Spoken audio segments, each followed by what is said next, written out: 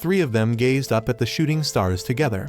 The little boy was thrilled watching them streak across the sky. A robot tricked him into believing one of them was actually a dragon, and the boy almost fell for it. He scolded the robot, saying lying is wrong. But then again, who could really tell whether it was a lie or not? Was it truly a dragon, or just a comet? The only way to know for sure is to get closer. Someday, a boy named Shiki will have to leave this place and explore the wonderful world out there. The robot taught him that he must make friends, that he must find and cherish the people who will laugh and cry alongside him. Out there lies the universe, a place where everything exists, especially a being known as the Mother. The Mother can grant any wish, and Shiki's wish is to have lots and lots of friends. One day, a girl arrived at the island with a blue cat by her side. The place had fallen into complete ruin, making her feel as though she had stepped into a virtual world. Since it had been ages since anyone visited, the robots on the island rushed out to welcome her warmly. They called this place the Kingdom of Dream, Granbell.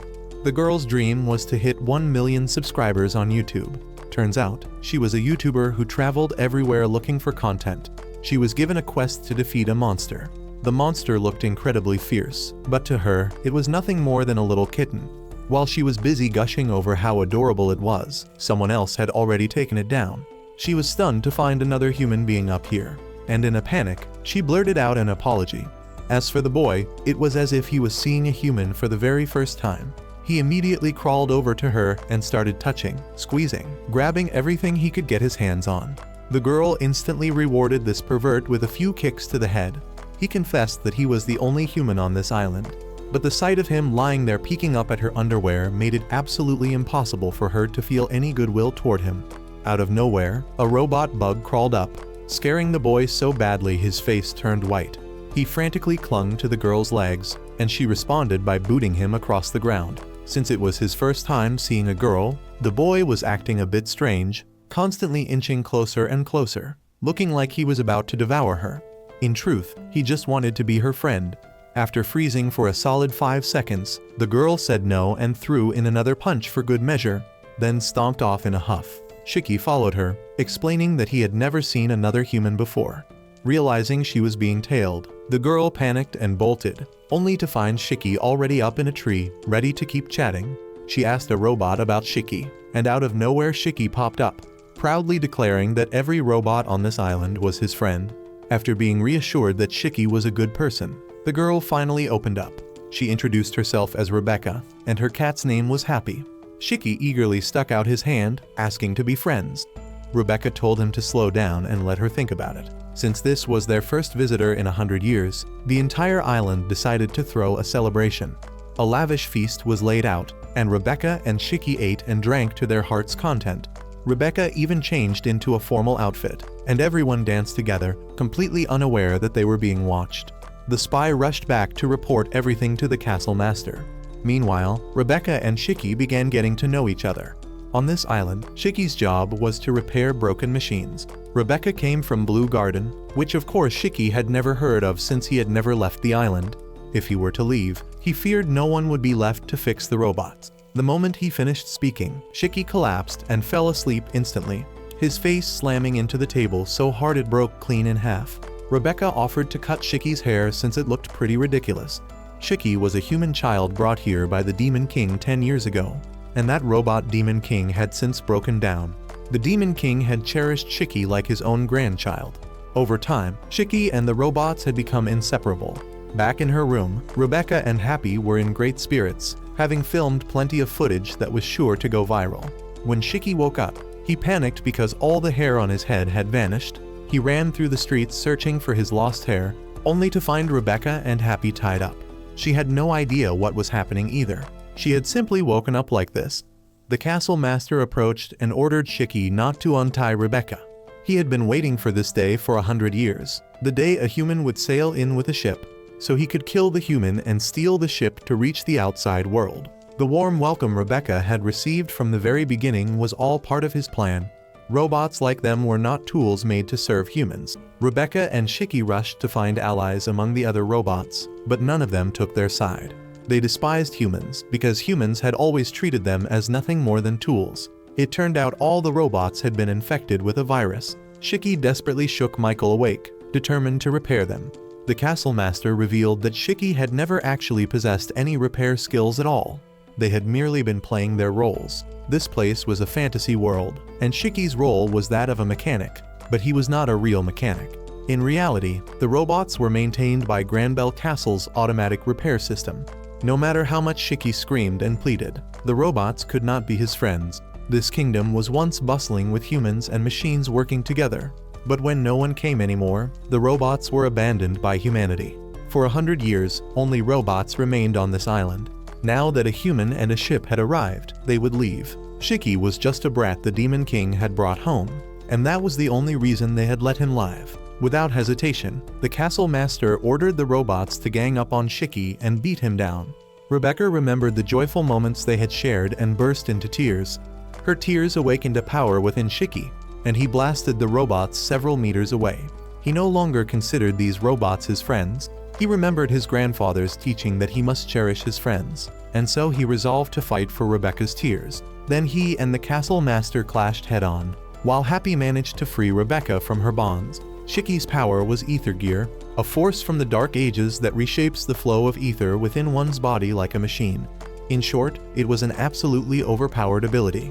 Shiki then landed a knockout punch on the castle master, shattering the ground beneath them, before swiftly rescuing the damsel in distress with his gravity ether gear. He had inherited this power from his grandfather. After that, he carried Rebecca and flew toward the ship. He told Rebecca to leave, saying he would stay behind. Seeing the robots closing in fast, Rebecca insisted that Shiki come with her, because they were friends. She started up the ship, and it soared high into the sky. Shiki had always dreamed of seeing the outside world, and now was his chance. They flew all the way out into the Sakura cosmos. Rebecca's kingdom turned out to be the planet Blue Garden. Shiki was beyond amazed and overjoyed. That streak of light that looked like a comet was actually a dragon. In truth, the castle master had known everything all along, including the fact that Rebecca was from another planet. Before his time ran out, he had to send Shiki into the sky. Their planet was no place for humans. When the robots shut down, Shiki would be all alone. If they had not done this, Shiki would have insisted on staying to repair everyone and never would have left. It was all an act. In a few years, the robots' mechanical lifespans would come to an end. The Demon King had asked everyone to send Shiki out into the universe, believing that Shiki would be the one to change it. Then, one by one, the robots collapsed. Shiki was aboard a ship traveling through outer space. Looking back at planet Granbell, the place he once called home, Shiki broke down sobbing. Every single one of them was his friend.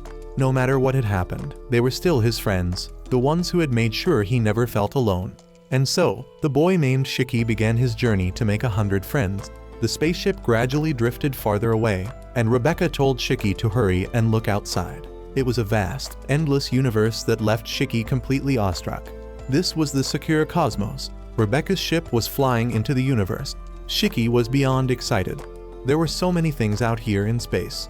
Shiki suddenly thought of his friends back on the island, and because of that, he decided he would make 100 friends across this entire universe. Rebecca showed him some boxes. They contained information about the videos Rebecca had filmed as a YouTuber to make money. Shiki mimicked the ridiculous things they did in those videos, much to Rebecca's embarrassment. The device playing these videos was called a B-Cube. They used things that looked like metal guns to shoot videos and upload them for people to watch. Rebecca's job was creating content and posting videos. They were called B-Cubers. A lot of people watched them, and they earned money from it. Shiki, however, could not care less about any of that. All he cared about was gazing at his lovely Rebecca. That said, if Shiki tried to peek at Rebecca's underwear, this piece of technology would automatically adjust the angle. Rebecca's profession was traveling to different planets and making all sorts of entertaining videos. When she scrolled to the video about the robot island, she quickly turned it off, afraid it would make Shiki sad. Shiki recalled the memories he had made on the island, then quietly stared out the window in silence. He made up his mind to befriend as many people as possible across this universe, on every single planet. Right now, they were heading to planet Blue Garden, where Rebecca would register Shiki as an adventurer. It would also serve as his passport, allowing him to travel to any planet. Since Blue Garden had a large immigrant population, anyone could register as an adventurer. Shiki found this incredibly exciting and decided to copy their silly meowing gesture as a thank you. For now, Rebecca would let Shiki serve as their bodyguard. Filming content for amazing videos could be quite dangerous, and Shiki happened to be a skilled fighter who could even use special abilities. Having Shiki along would make Rebecca feel much safer, and so, it was decided. They finally set foot on Blue Garden, the planet of adventurers. Everywhere they looked, there were towering buildings. Rebecca brought him to the Shooting Starlight Adventurers Guild, where he could register as an adventurer. This was the beginning of Shiki's adventures. Shiki was thrilled because everywhere he looked, there were people, real people. Rebecca had to quickly hold him back, afraid he would do something embarrassing and send everyone running for the hills. It would be wonderful if Shiki could befriend everyone here. But Rebecca reminded him that where there are good people, there are also bad ones, and most people here did not care about strangers. Before she could finish her warning, Shiki had already dashed over to a random man, touching him and trying to hug him. Rebecca had to physically restrain him, stressing that he could not just go around asking everyone to be his friend. If he kept acting like that, nobody would want to be friends with him. Suddenly, Shiki noticed someone displayed on the ceiling and asked who it was. Rebecca explained that it was the mother. Shiki remembered from long ago. His grandfather had once told him that somewhere in this vast universe, there existed a being called the mother. The mother could grant any wish. So Shiki immediately ran over and begged to make a wish. He wished for lots of friends and for the robots back on his planet to be his friends again. Everyone around stared at this scene in utter confusion, thinking there was something wrong with his head. Rebecca explained to him that it was just a hologram, not the real mother. People said the real mother was far more beautiful than that. She was a woman somewhere out in the universe, larger than any planet. No one knew why she existed because she was a mysterious entity. All they knew was that a long time ago, the mother was accidentally discovered by an adventurer who had left the Sakura cosmos. Since then, adventurers had worshipped her as the goddess of the universe who could grant any wish. That was also why her image was displayed at this guild. Shiki had a feeling he had met the mother before, which made everyone around him burst out laughing.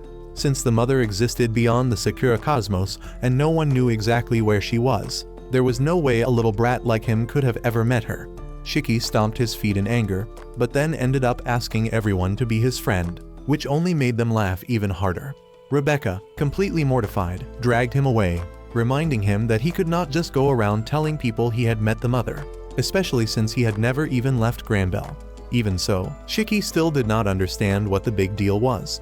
Rebecca reminded him once again that in this world, there are good people and bad people. Suddenly, Happy was kidnapped. The thief hopped onto an exciter vehicle, demanded that Rebecca hand over Happy, then zoomed off in a flash.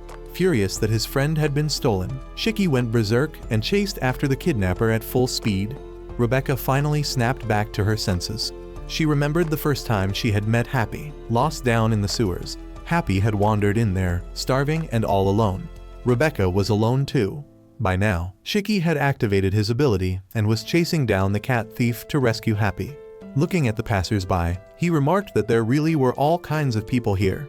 But now he understood what Rebecca had warned him about, because he was certain this cat thief was a bad person. He then slammed the thief to the ground. However, the thief pulled out a gun.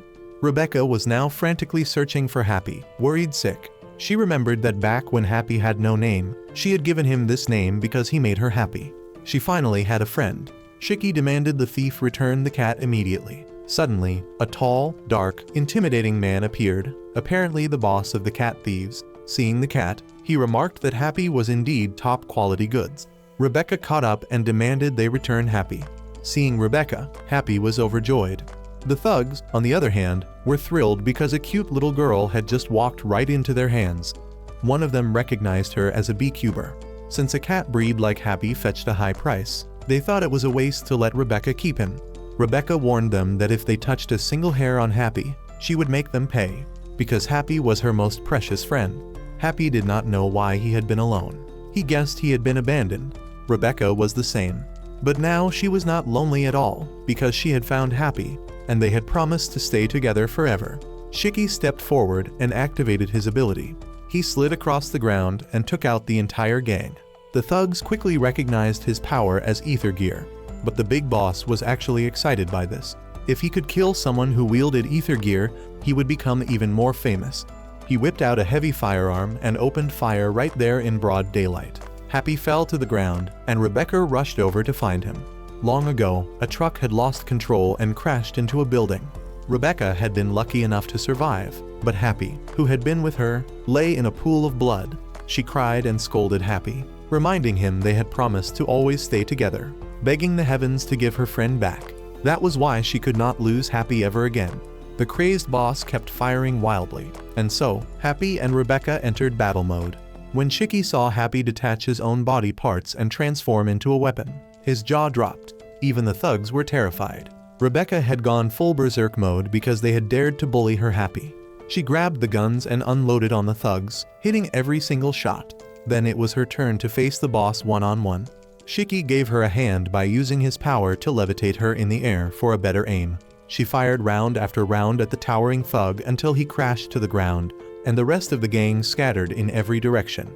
Watching Rebecca in action, Shiki was left speechless. At this rate, what did she even need a bodyguard for? After everything was over, they walked along the road together. Shiki could not believe that Happy was actually a robot, one that seemed even more alive than the robots on Granbell. Happy pointed at the people around them, explaining that there were many robots just like him in this world, and that person over there was also a machine. A long time ago, Happy had been in an accident and was turned into a robot. But no matter what, Happy was still Happy. Back when he first became a machine, Happy had been devastated. But Rebecca was never afraid, because as long as Happy was happy, they would stay together forever, because they were friends.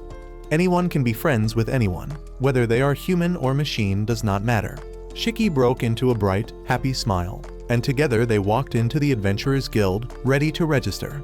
Aboard a spaceship, a subordinate was reporting to a princess that the Demon King's grandson had left Granbell and had been spotted on Blue Garden. The princess sensed that the time had come, and she resolved to head to Blue Garden. No matter how tough Shiki acted, he still crumbled at the sight of a spider. Rebecca already knew he was afraid of bugs, but the fact that he could not even handle a tiny spider like this was truly annoying. Shiki simply could not stand bugs no matter how small they were. Rebecca teased him, saying he would never become an adventurer at this rate. That sent Shiki's imagination spiraling into nightmares of sleeping with bugs, living with bugs, and bathing with bugs. He even thought that to become an adventurer, he might have to endure bugs crawling inside his underwear. Happy explained that anyone could become an adventurer just by registering. Someone called out to them, happy to see the two of them back. She was the receptionist here. Rebecca and Happy ran over and hugged her joyfully. The receptionist had been very worried about Rebecca since no one had visited Granbell in over 100 years. Shiki stared at her intently.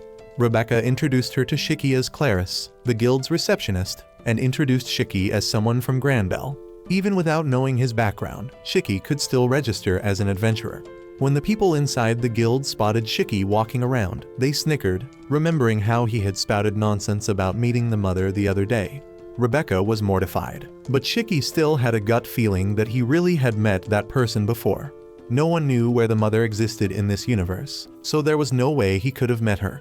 A blue-haired girl appeared out of nowhere and mocked Rebecca for being a second-rate beecuber and Happy for being a filthy cat. Her name was Libilia. The moment they saw her, the crowd eagerly rushed over begging for autographs and photos, clutching her signature like they had struck gold. She walked right up to Rebecca, criticizing her recent videos for being dead boring and suggesting she retire. Rebecca snapped back that she did not need her attention. This was Libilia, an incredibly famous beecuber, and Rebecca absolutely despised her.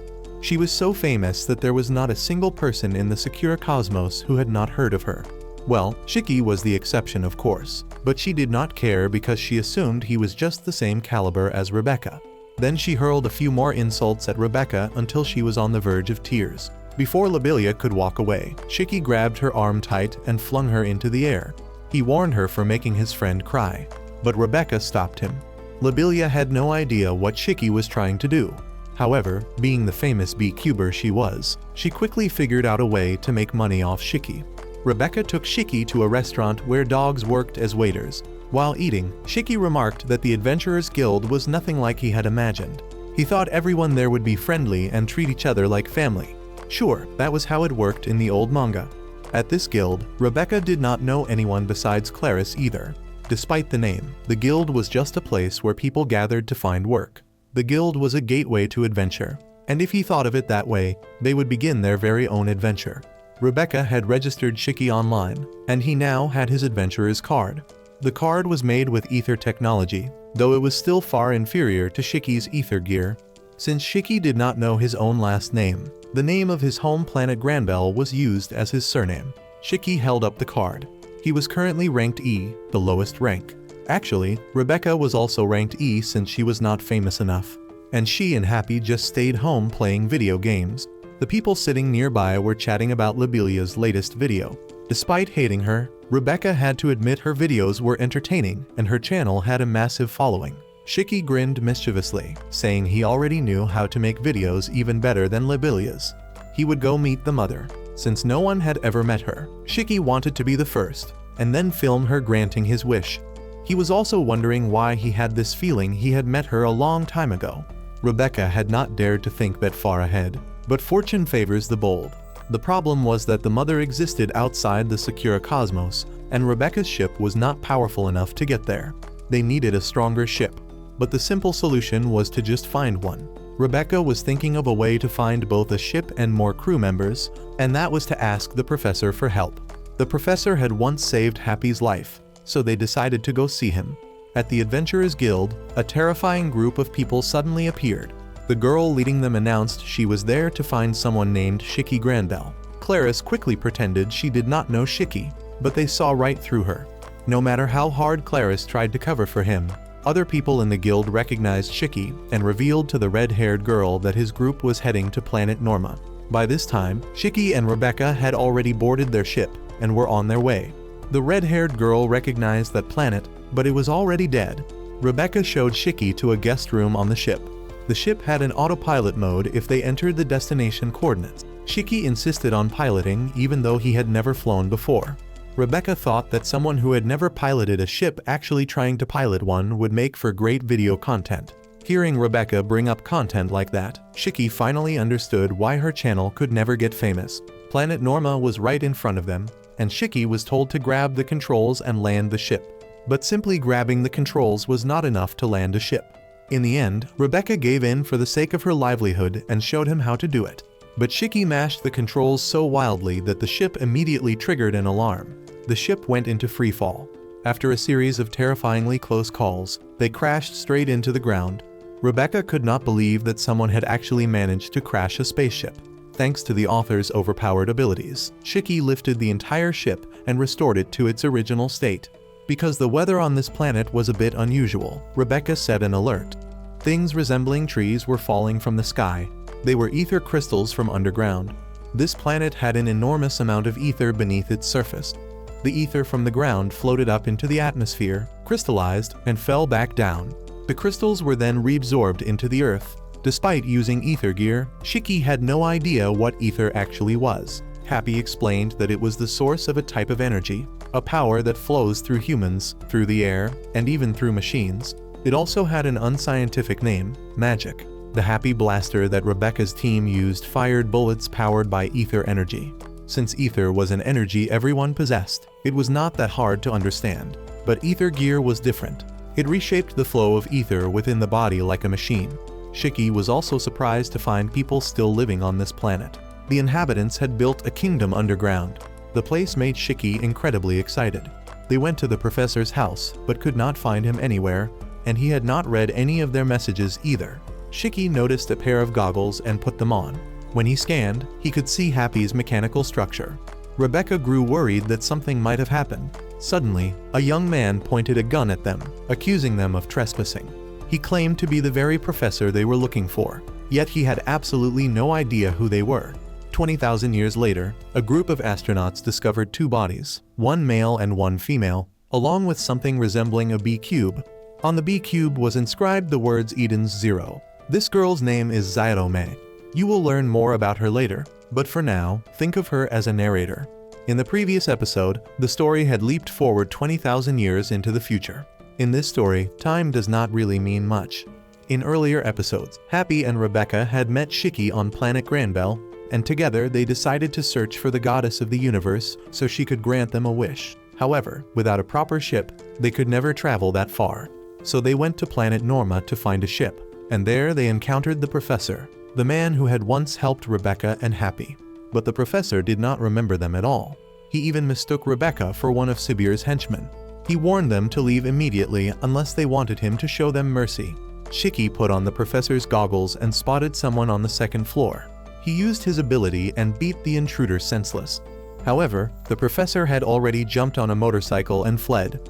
The man Shiki had just beaten sent a message back to the professor, warning that the mighty Cibir gang would not forgive a traitor. Rebecca took Shiki onto a riverboat. Along the way, she pieced everything together. The professor was not here, and they had been attacked by some lunatic. She could not make sense of what was happening. The person they had met was not the professor, since Rebecca had a photo of him. Shiki looked at the professor in the photo and noticed the face looked very similar to the other man. Suddenly, Rebecca's phone lost its signal. A news bulletin appeared on the display. A new adventurers guild called Shooting Starlight had been established on Blue Garden. It had attracted many adventurers and was expected to push the boundaries of space exploration. That was their guild. But this guild had been founded 50 years ago. Rebecca was deeply suspicious of the timeline. She recalled playing with the professor as a child. She had once begged the professor to come live with her on Blue Garden, but he had refused because that planet was too noisy. So instead, she and Happy wanted to stay with the professor forever. The professor disagreed because Norma was dying. The planet was weak, and its inhabitants would not live long. Something clicked in Rebecca's mind, and she stood up. She stepped outside. The vehicles on this planet were all outdated models, and the technology was obsolete. This was the world of 50 years ago. Rebecca asked what the current year was, and they confirmed that it was indeed 50 years in the past. It turned out the man who had claimed to be the professor actually was the professor, just his younger self. And 25 years ago, Rebecca had not even been born yet. They had to find a way to return to their own time. Rebecca could hardly believe this was happening. She quickly pulled herself together. Whatever, she decided she would live stream everything and watch the views skyrocket. The irony was that there was no network here to livestream on. A massive robot charged at them. The attackers warned them to hand over the professor immediately, because he was the one who had stolen from them. Rebecca could not believe the professor had been a thief. Under a bridge, the professor was clutching a case, determined not to let Cibir get his hands on it. The thug accused the professor of stealing Cibir's money in front of Rebecca. Since they could not interfere with the past and risk altering the future, Rebecca decided they should run. Shiki grabbed her hand and made them both fall sideways to dodge Cibir's attack. When the giant robot's fist reached them, Shiki caught it and countered with such force that it toppled to the ground. Rebecca marveled that his strength truly had no limits. But seizing the moment, they made their escape. The gang leader was thrilled, certain the professor would come back eventually. At a bar, Shiki was stunned by the alien hostesses. Rebecca had to hold him back. On planets where humans coexisted with other species, there were similar cultures. To be fair, from Rebecca's perspective, Shiki was technically an alien too. Shiki was being his same old naive self, going around asking everyone to be friends. Looking at the situation, Happy truly could not make any sense of it. This bar seemed to be the hideout the professor had told Rebecca about 50 years from now. So she thought they might find him here. And sure enough, the professor was sitting right next to them. Rebecca asked the professor to hear her out, and she told him everything. Then she showed him their photo together. The professor could not believe how thin his hair would get in old age. He could not believe any of this, but at the very least, he could trust that Happy's group was not working with Cibir. He was not actually a professor yet either. Noticing the suitcase beside him, Shiki reminded him that stealing was wrong. Back on Granbell, where Shiki had lived, there was a figure known as the Thief. No matter how much they pressed him, the professor refused to say a single word. He also warned them not to meddle in the affairs of this era, and to quietly return to the future. Suddenly, while everything was still in chaos, Shiki lost all his strength. The suitcase popped open, revealing a small robot inside. It looked around, then introduced itself as an anti-machine robot named Pino. The professor was stunned, because what was inside the suitcase was not money at all, as he had assumed. Pino's appearance caused the electricity in the entire area to flicker and shut off completely. Happy was no exception. However, the effect only lasted a few seconds before everything returned to normal. Recognizing Pino's special power, Shiki immediately wanted to be friends, and for some reason, Pino quickly warmed up to him as well. The professor still could not wrap his head around it. He had genuinely intended to steal money, but instead the suitcase contained a robot. He lifted Pino up. The little robot calmly stated that she belonged to the master who had created her and had no resale value whatsoever. She had woken up because she thought she had heard her master's voice. However, her system appeared to be damaged, and much of her data and schedule could not load properly. The professor suddenly realized that the scumbag Cibir had planned to use this robot to make money. And for him, it had also once seemed like the perfect opportunity to seize it for himself. Rebecca recalled what the future professor had once told her. No matter how poor you are, never steal and lose your conscience. An alien girl appeared and warned them that Cibir was not someone to be trifled with. He was the leader of a gang of bandits that had spread chaos throughout the city. If they got on his radar, no one would ever live in peace. The professor had once been part of Cibir's crew, but had left the gang long ago. Beyond that, she did not know the details. Right now, the most important thing was to repair their ship and return to 50 years in the future. Rebecca theorized that their ship might have accidentally functioned as a time machine. Since this was the past, they should not interfere too deeply. But Shiki had secretly taken the suitcase and opened the B-Cube device inside. The moment he activated it, footage of Cibir and his men appeared on screen. It was a recording of them brutally tormenting Pino. He snapped her left leg, laughed coldly, then forced her to erase all memories of her former master. Pino refused, and because of that, they tortured her without mercy. Shiki clenched his fists. He could not accept this. Even if it was the past, he did not care. He did not want Pino to cry. There was a timestamp recorded in the suitcase. Though they did not yet know the full story, they could be certain of one thing. Pino was a robot from the future, just as they had traveled back in time. If Cibir intended to use Pino for evil, then intervening was not a choice but a necessity. And so, they resolved to rescue Pino. After confirming that Pino was a robot from the future, they were determined to intervene and stop Cibir. By now, Pino had been returned to Cibir's side, and he had already devised a plan to seize control of the entire city. The professor was hiding behind a wall and accidentally overheard everything.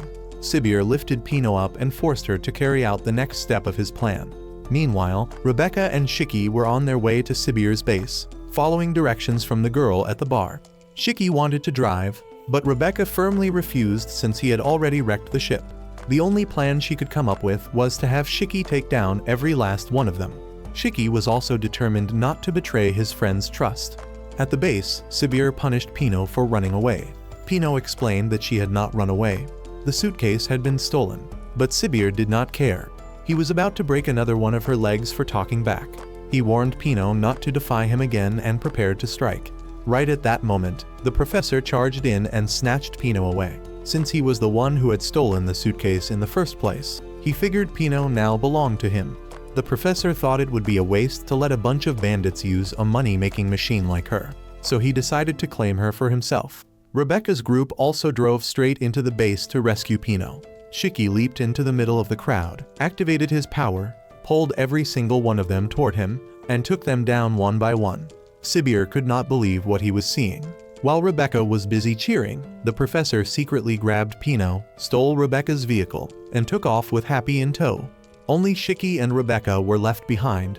Without warning, Cibir triggered a massive boulder to drop on them. Shiki immediately pushed Rebecca out of the way but got trapped inside himself. Cibir climbed into his robot, preparing to chase after the professor.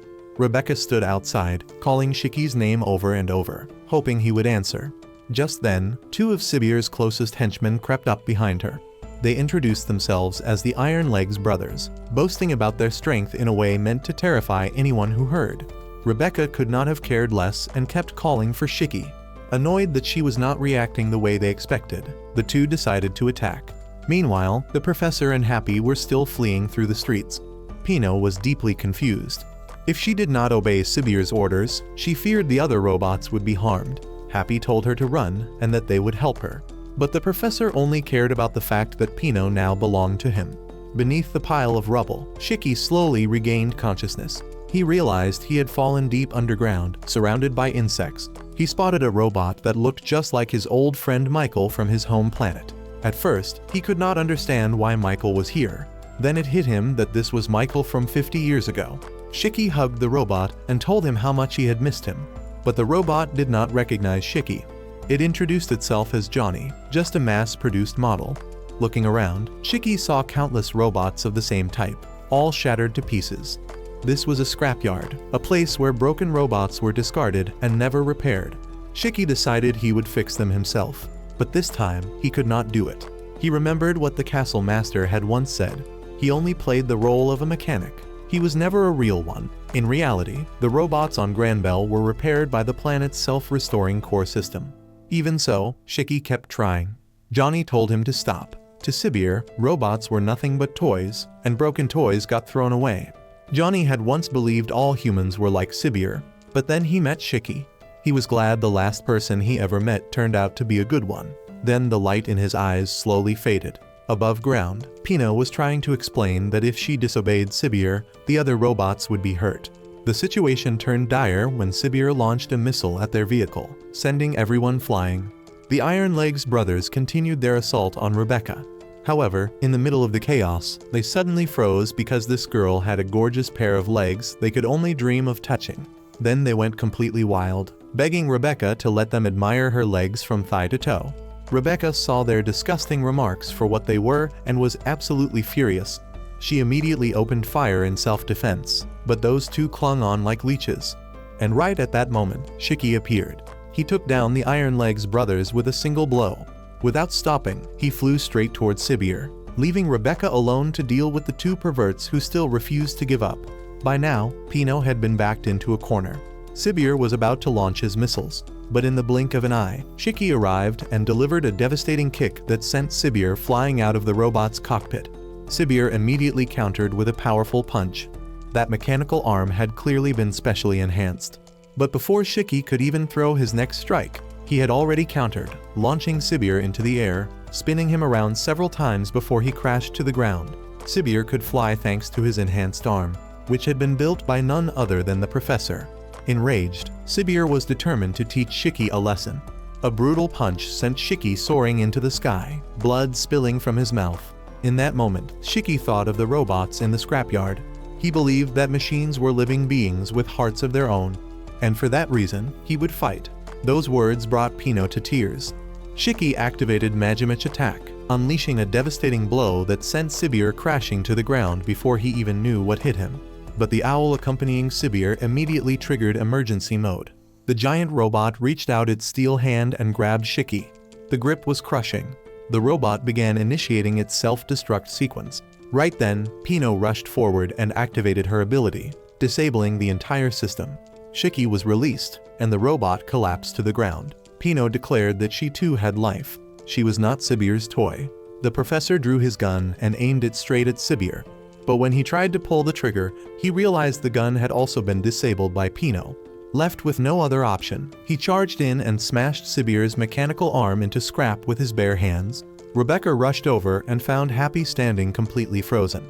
Shiki struggled to his feet, breathing heavily but smiling when he saw Pino was safe. Pino walked up to him and bowed her head, apologizing for letting him get hurt.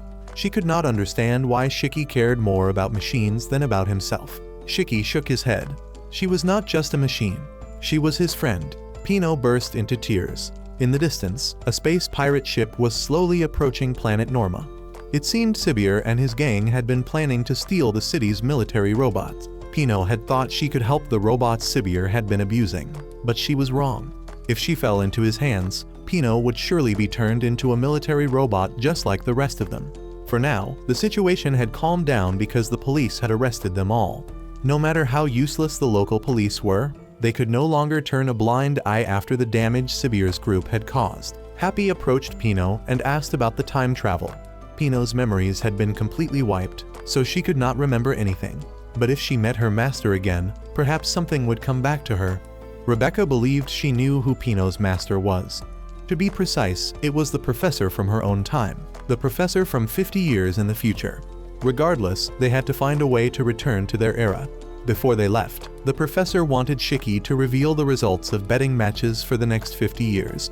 Pino asked Rebecca if she could come along, because she also wanted to see her master again. Of course, Rebecca agreed. Suddenly, a police car came speeding toward them.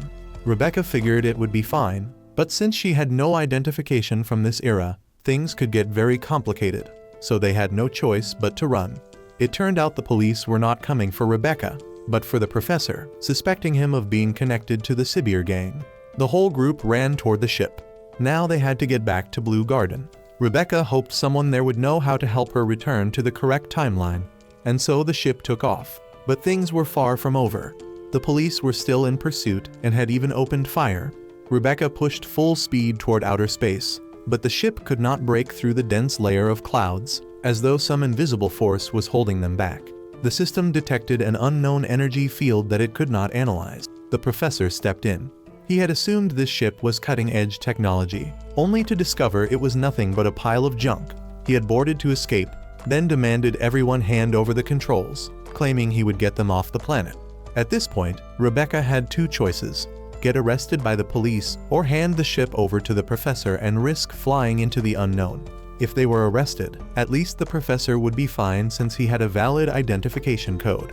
With no other option, Shiki handed the ship over to the professor. After all, they still needed a ship powerful enough to continue their journey to find the mother. The professor sat down in the pilot's seat and powered up the system. No one had expected that he could also use ether gear. Rebecca could not believe her eyes. Right there on the spot, he upgraded the operating system and boosted the ship's response speed. The ship seemed to evolve instantaneously. Pino could not believe he was modifying the ship while flying it from the pilot's seat. When everything was complete, the ship shook violently but finally broke through the cloud barrier. However, the stabilization system had not fully adjusted, sending the entire crew tumbling.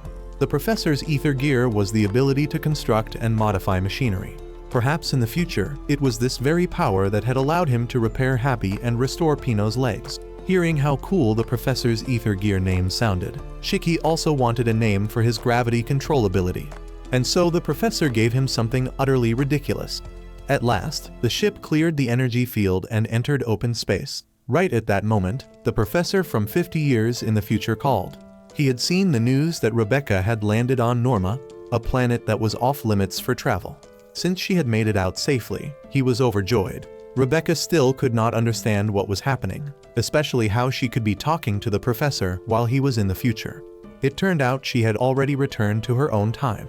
While on Norma, she might have stepped into a different reality within this universe, not time travel in the traditional sense. Even after hearing the professor's explanation, Happy still did not get it. They had not traveled through time. They had arrived on a planet whose time had been stolen. A cosmic monster had appeared and devoured 50 years of Norma's existence. It was called Chronophage, the Time Eater. When a chronophage swallowed a planet's time, that planet's timeline would be reversed and could never be restored. If the current Norma was the Norma of 50 years ago, then it meant the planet would be forever frozen at that point. The Norma from the original timeline no longer existed. Like many others, the professor had left the planet before it happened. He had always dreamed of becoming an adventurer, and was now working on Blue Garden, alongside the girl with the bunny ears from the bar all those years ago. When he saw Pino, the professor recognized her as the robot he had once repaired, but he was not the one who had created her. It seemed Pino had once called her Master the Great Demon King, and the Great Demon King was none other than Shiki's grandfather. The professor also noticed that the person currently piloting the ship was his younger self. Both Happy and Shiki were baffled, unsure which one was the real professor. But as he had explained, when a chronophage devoured a planet, it created a new reality rather than a time paradox. Therefore, the past would not affect the future. This was not the past. It was a different present created after time had been stolen. Whatever happened on Norma now would have no impact on him, because he was the professor who had escaped the chronophage and continued his journey through the universe. The young professor was actually the version of himself who had been swallowed by the chronophage's stolen time. Two timelines existed in parallel. Chronophages were cruel demons that spread chaos across the universe by creating such divergences. The older professor reminded his younger self that there was no guarantee he would live to reach his age, but no matter what, he was still himself. He hoped the young man would follow the path he believed in. Then the signal grew noisy and disappeared. Immediately after, a massive ship appeared before them. Happy instantly recognized it as a pirate vessel. In stark contrast to the panic of Happy and Rebecca, Shiki was absolutely thrilled. The enormous warship quickly locked onto their ship and disabled their controls. From afar, Shiki spotted a red-haired girl standing on the deck. Their ship was pulled straight into a battleship even larger than the first.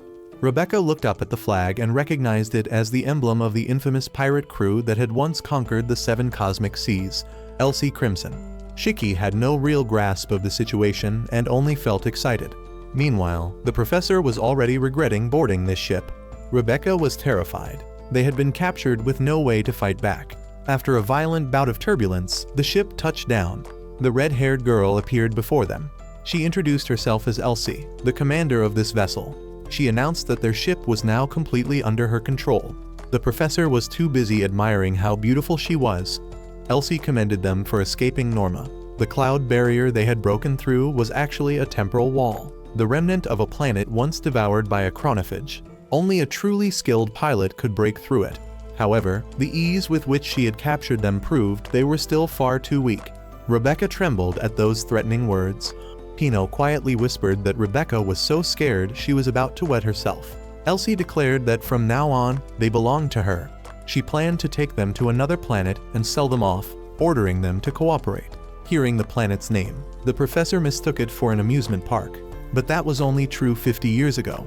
Now, the place was notorious as a den of criminals, murder, robbery, human trafficking, a lawless wasteland. The pirates joked that people like them would be right up the buyer's taste.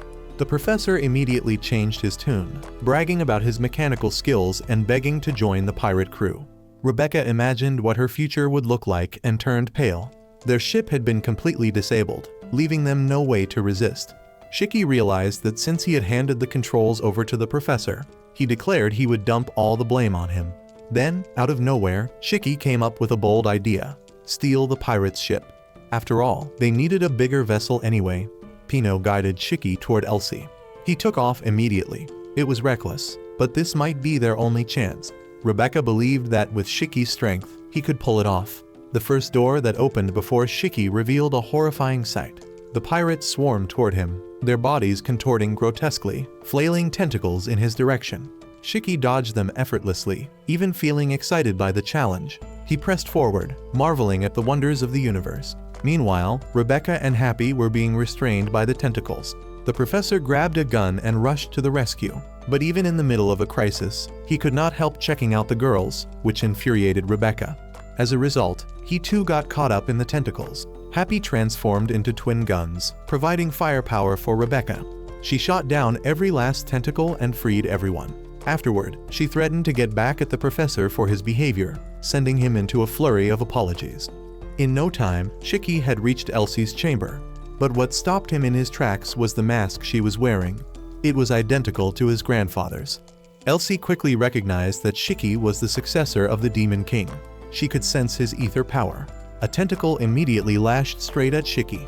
He dodged, but was quickly restrained by other tentacles.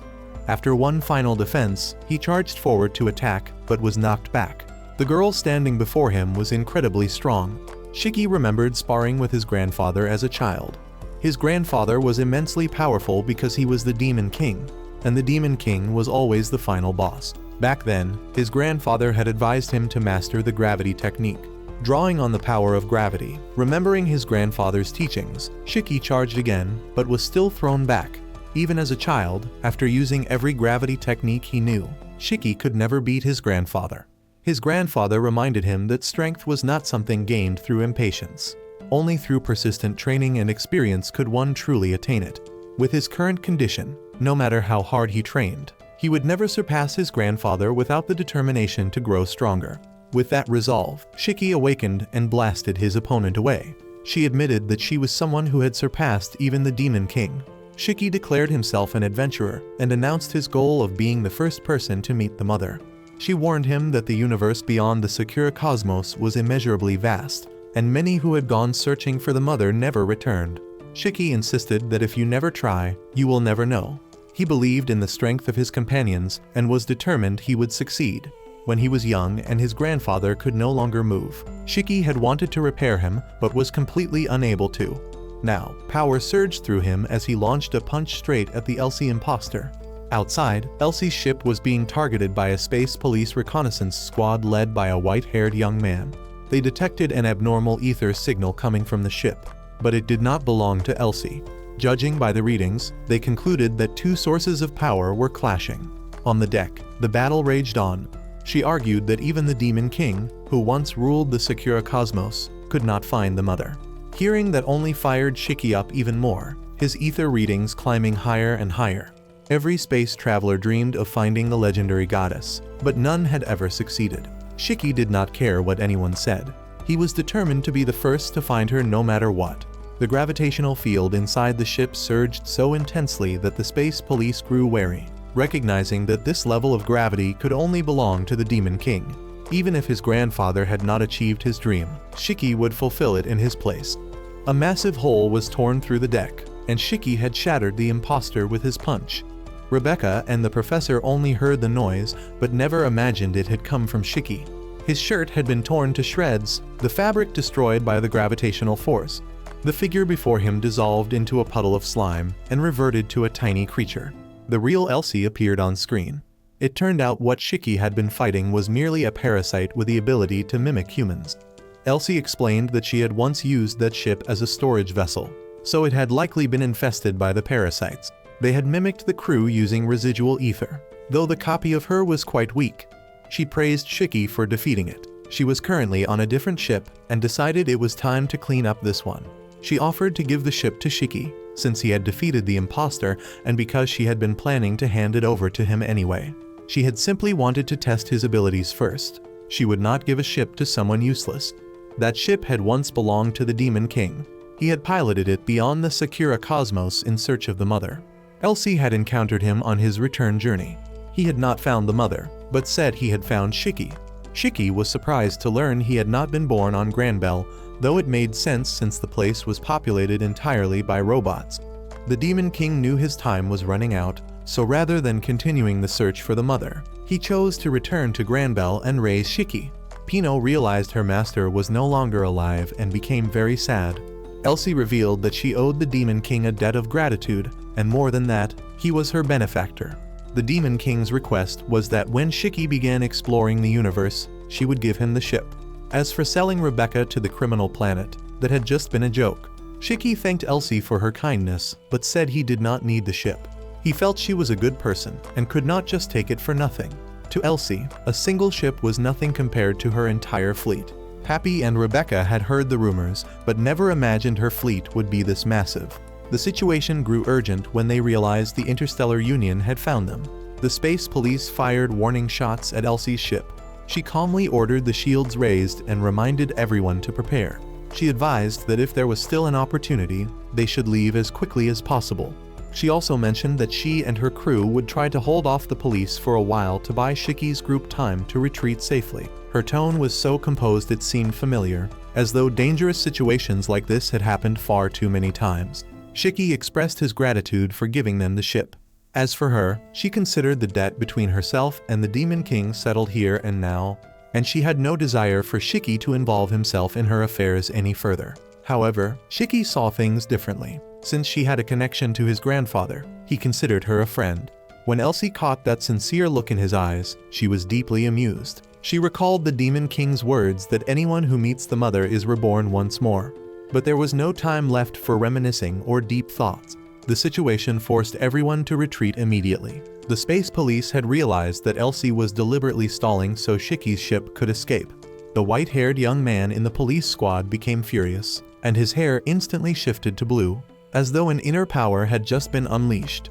On Shiki's side, they used an instant warp to jump the ship to different coordinates. Though they had escaped danger, Shiki was still reeling from everything that had just happened. The professor felt the same. Both of them found the future and this vast universe truly wondrous.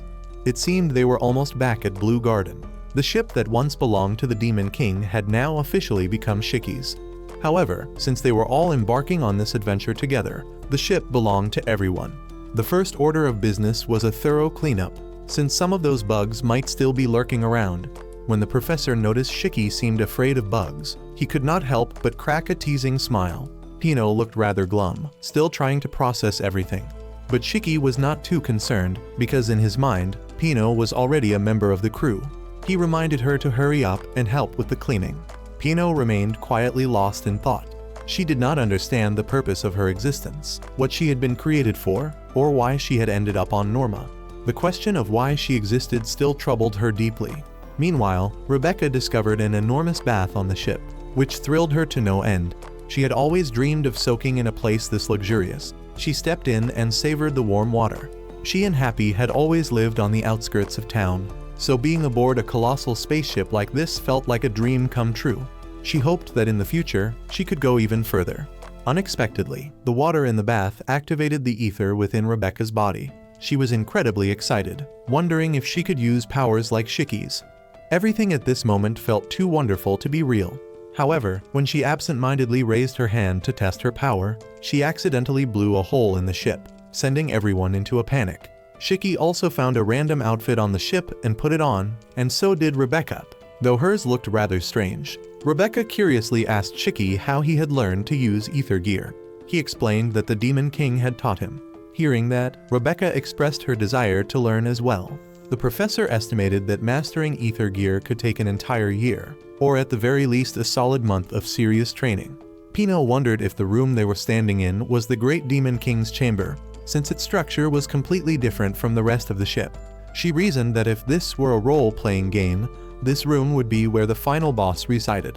Previously, the Demon King had set out to find the mother, but never reached her. Shiki decided he would fulfill that mission on his grandfather's behalf and bring everyone to where they needed to go. He sat down on the Demon King's throne and made a solemn declaration. At that very moment, the entire system activated, and the ship began recognizing Shiki's authority as its commander. A girl appeared and introduced herself as the one responsible for maintaining the ship. She was Witch, one of the Demon King's 4 shining stars, and also an android created by the Great Demon King. She declared that control over her had now been fully transferred to Shiki, and that she would obey his every command. To test this, Shiki ordered her to bark like a dog, and to everyone's surprise, Witch actually did it without the slightest hesitation. Although her duty was to maintain the ship, that work had been interrupted for a long time. Still, she reassured everyone there was nothing to worry about. With a single operation, the ship was upgraded and restored to pristine condition. These were the dark wings that once soared across the universe, the interplanetary battleship powered by ether, the eternal voyager known as Eden's Zero. The atmosphere aboard the ship made Rebecca feel as though it had been built for villains to command. Even so, she made her own decision and put aside those initial impressions, which had been waiting for this day for a very long time, and from this moment forward, she declared she would recognize Shiki as the new Great Demon King. The King of Eden's Zero had truly returned. The battleship Eden's Zero had been restored to its original form, but its true power had not yet fully recovered. Shiki announced his intention to leave the secure cosmos and set out to find the mother.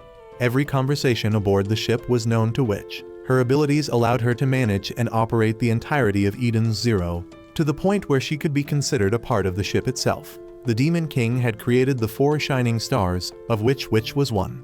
Only when all 4 were reunited could Eden's Zero restore its full power. Without them, crossing the Dragonfall would be extremely difficult. The Dragonfall was the boundary separating the secure cosmos from outer space, a region filled with nothing but dragons. Rumor had it that small ships would be swallowed whole the instant they attempted to cross. Contrary to everyone's concern, Shiki was not afraid at all, and was actually thrilled, saying the view there must be spectacular. Happy quickly pointed out that a single dragon alone could wipe out an entire fleet of warships, and the Dragonfall was teeming with them. Therefore, their immediate mission was to gather all 4 shining stars so they would have the strength to cross that deadly zone. Witch escorted Rebecca to the spa, and she enjoyed a relaxing massage. Witch mentioned she had overheard Rebecca's desire to learn ether gear. She analyzed that Rebecca could activate and develop that ability by soaking in the bath daily, while the massage treatments would enhance the results. The ship offered all sorts of services including oil massages, electric massages, and even treatments affecting the mind and pleasure. Happy tried the pleasure massage out of curiosity, and the look of bliss on his face said it all. Witch observed that Happy had been crafted with such sophistication that all of his memories from when he was alive had been perfectly implanted. The skill of his creator even surpassed that of the Great Demon King.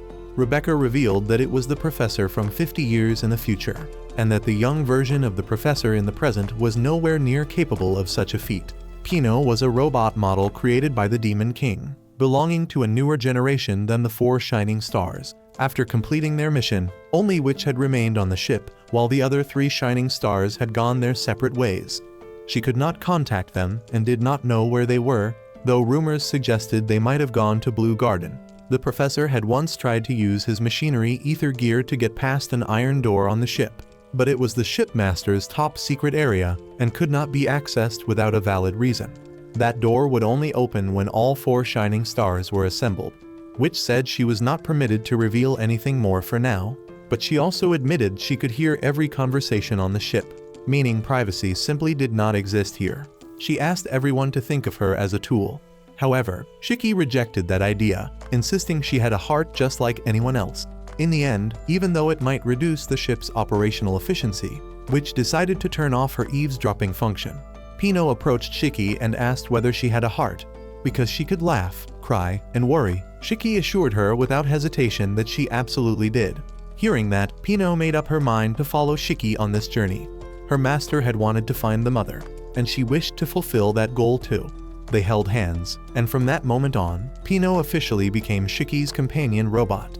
When they returned to Blue Garden, everything was fortunately still intact. The professor was ecstatic about the world 50 years in the future. Pino remarked that someone from the past living in the present would likely face many difficulties, though he had no desire to return to that dead planet. The professor also had no intention of continuing the journey with them. He decided to go off on his own and enjoy the future in his own way. The group's next objective was to visit the Adventurers Guild and gather information about other planets, which could not leave the ship, so if anything urgent came up, they would contact her through Rebecca's device. At the guild, the receptionist cheerfully welcomed Rebecca back and mentioned how worried she had been. Unexpectedly, an uninvited guest appeared, Lobelia. She sneered that Rebecca was about to release yet another bland video, her attitude as insufferable as ever. Lobelia kept taunting Rebecca and seemed to genuinely enjoy it, relishing the feeling of a celebrity looking down on someone less famous. She even suddenly rushed over and threw her arms around Shiki, saying she had wanted to meet him for a long time and proposing they collaborate on a video. However, Shiki flatly refused because he had no intention of helping someone who constantly bullied Rebecca. Undeterred, Lobelia advised Rebecca that with her lousy and troublesome abilities, she should leave the B-Cuber scene. Before heading off to shoot a sponsored advertisement, she reminded Shiki to reconsider her offer. Both Shiki and Rebecca were thoroughly annoyed. Right after that, the guild master requested a private word with Rebecca. On her way back, Lobelia was still complaining about Rebecca when a mysterious stranger suddenly blocked her path. Meanwhile, Rebecca had no idea why the guild master wanted to see her. Happy guessed it might be because they had been to Norma, even though Rebecca had no idea it was a restricted planet, and up until now, the group had never once met the guild master. Rebecca felt a small spark of excitement at being personally summoned, since the guild master might hold information about the mother, the very person they were searching for.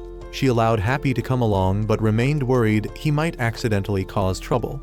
In the meantime, Shiki decided to take Pino out exploring the planet. The scenery thrilled Shiki to no end. Everything was new and bursting with life. After wandering through numerous streets and alleyways, they both realized they were probably lost. Elsewhere in the city, Lobelia was still putting on her arrogant act in front of the stranger who had blocked her way. However, she quickly realized her opponent was far stronger than she had imagined. Her bodyguards were no match for him whatsoever. The man's intention was clear. He wanted to take Lobelia with him, as long as she cooperated. Just as the situation turned critical, Shiki arrived in time and temporarily rescued her. But the kidnapper was no ordinary person. He had an arm that could detach like a machine. In reality, he was not entirely a robot. About 60% of his body had been mechanized. Lobelia screamed for help, and Shiki was never the type to stand by while someone was in danger. So he immediately stepped in. In his mind, this was also an opportunity to connect hearts in his own way. The two clashed violently while Lobelia seized the chance to film everything for content. Far away, on the very criminal planet where Rebecca's group had nearly been sold, a massive man sat in a grand hall, craving more beautiful women to be delivered to him. His gang was launching a large-scale hunt for B-Cubers on Blue Garden, targeting famous ones to kidnap and present to him. Back at the fight, Shiki and the kidnapper continued their intense battle, sending bystanders fleeing in panic. The attacker wielded a ninja-style ether gear, causing severe destruction to the surrounding buildings. Meanwhile, Shiki had to protect the civilians while simultaneously defending himself and counterattacking. In the heat of the battle, the kidnapper suddenly received a recall order and vanished without a trace, leaving Shiki standing amid the wreckage. Immediately after, Lobelia ran over and threw her arms around Shiki as though he were her savior. Pino quickly advised Shiki to leave before the police arrived. Libilia also disappeared in a flash. Based on what had just happened, the kidnapper appeared to be a warrior from planet Gilst.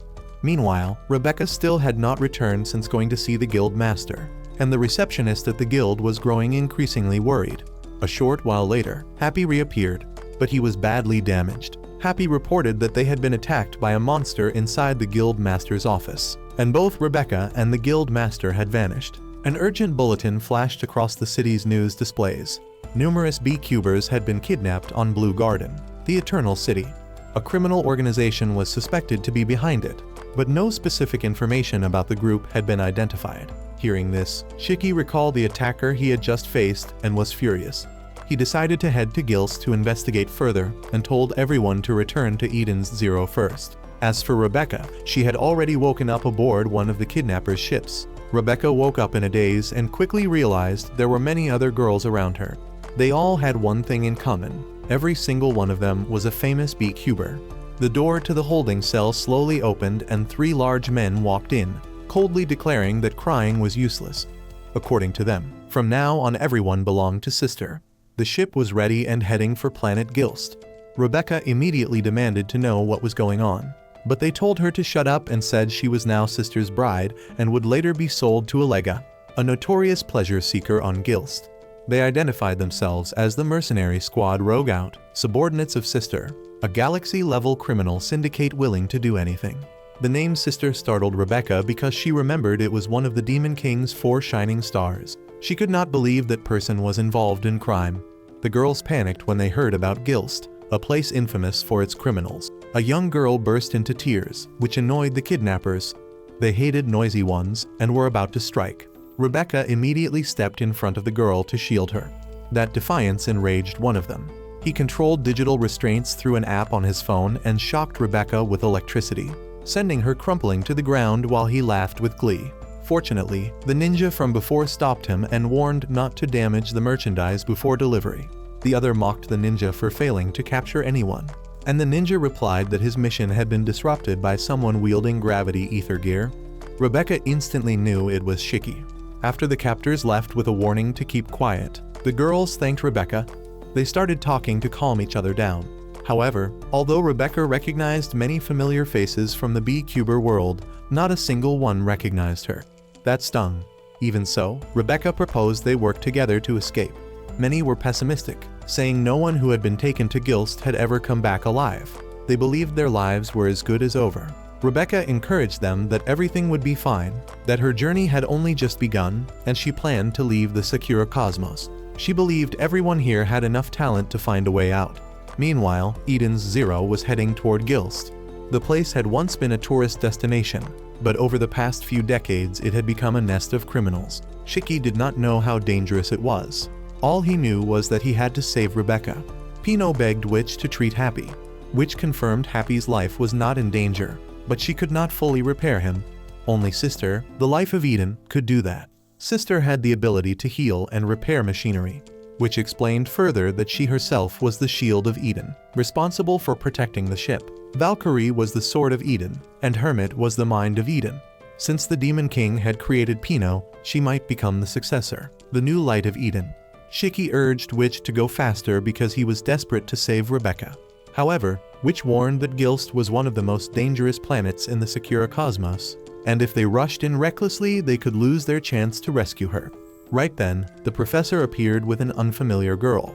She introduced herself as Homura and stated she was not an enemy.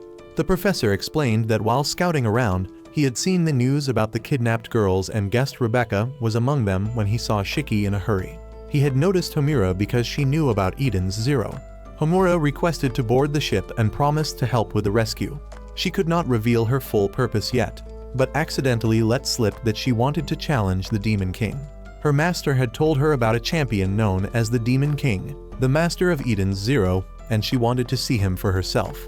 The professor agreed to bring her aboard on one condition he would explain after they rescued Rebecca, which was not entirely supportive of letting someone who wanted to challenge the Demon King board the ship, especially someone who was not an official member, but she ultimately agreed. Shiki made it clear he was not the Demon King Homura was thinking of. Still, Homura only wanted to help rescue Rebecca first. The professor said that heading into dangerous territory meant the more allies the better. Shiki realized Homura genuinely wanted to help. She possessed ether gear that had been trained since childhood and was very powerful.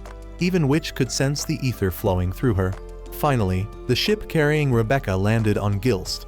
The sight before them was horrifying, with dead bodies everywhere. A girl came running toward them begging for help, but she collapsed right in front of them. She had likely been trying to escape one of the gangs on this planet. Every girl who tried to flee seemed to share the same fate. The kidnapper warned Rebecca that when the master gave an order, she must bow and obey immediately. The girls were led into a tightly locked room. In total, 29 people were being held captive. Rebecca believed that if they worked together, they still had a chance to escape. Right then, a perverted figure appeared and welcomed them to Elega Tower. He looked like a frog. Elega was not actually a crazed fan of beecubers. He simply loved beautiful women. His sick hobby was turning cute girls into furniture for display. This time he announced he would use the beecubers to add to his collection.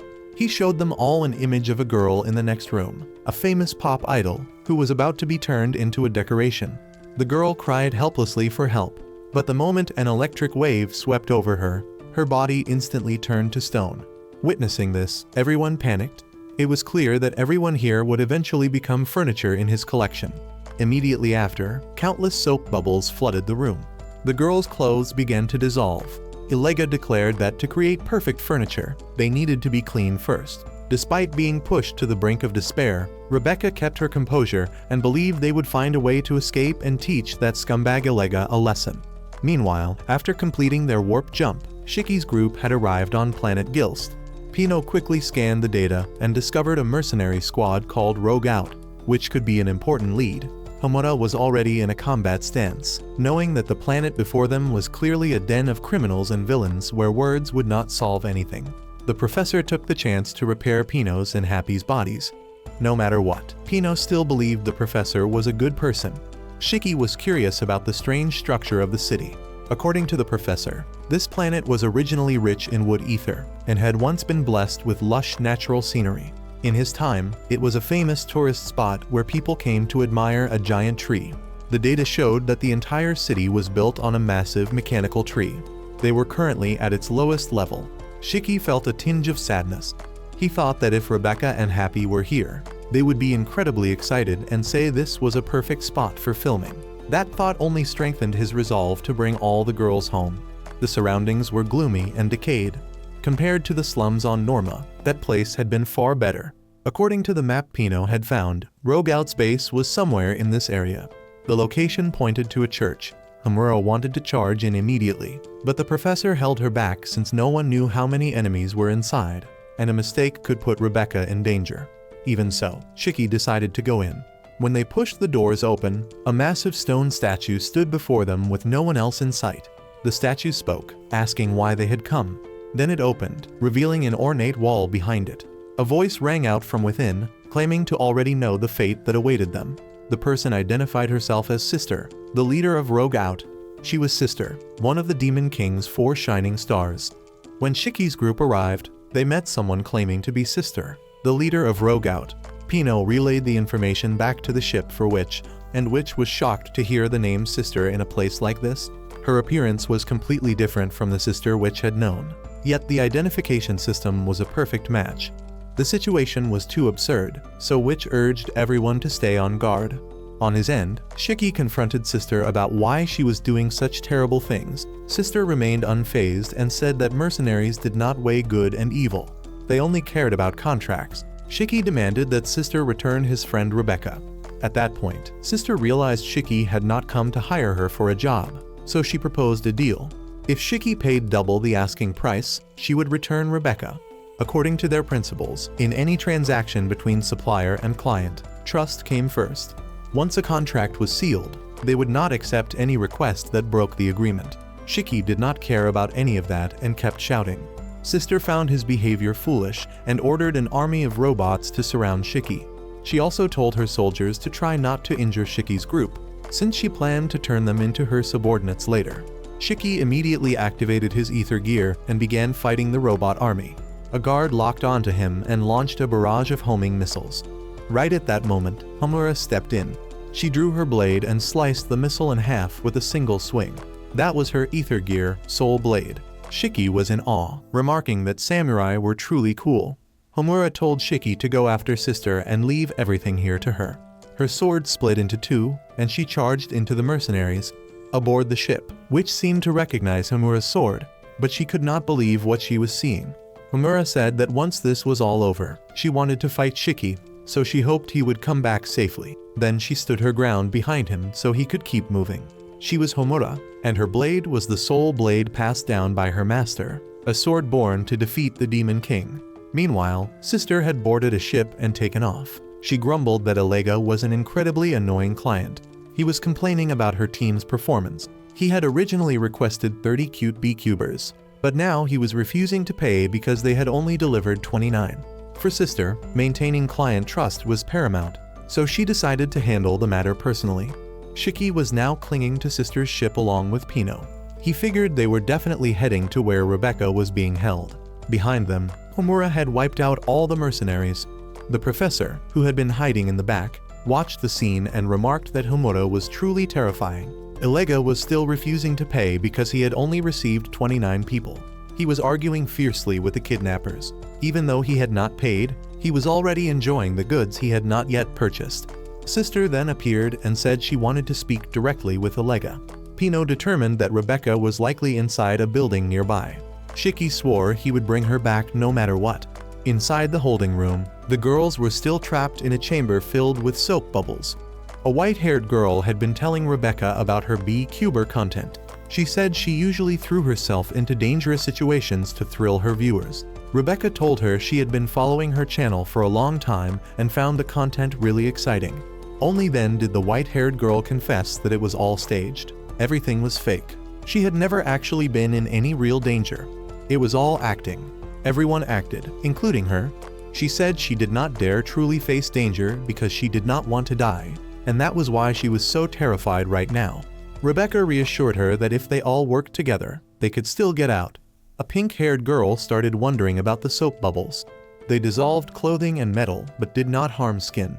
Someone tasted one and found it had no flavor.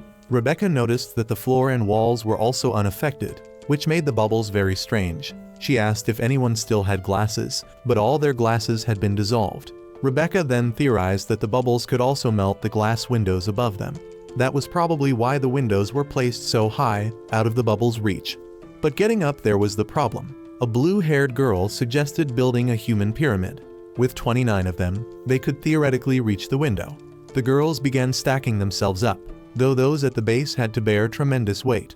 Rebecca finally climbed close to the window, but the ones below could not hold on any longer and the entire pyramid collapsed.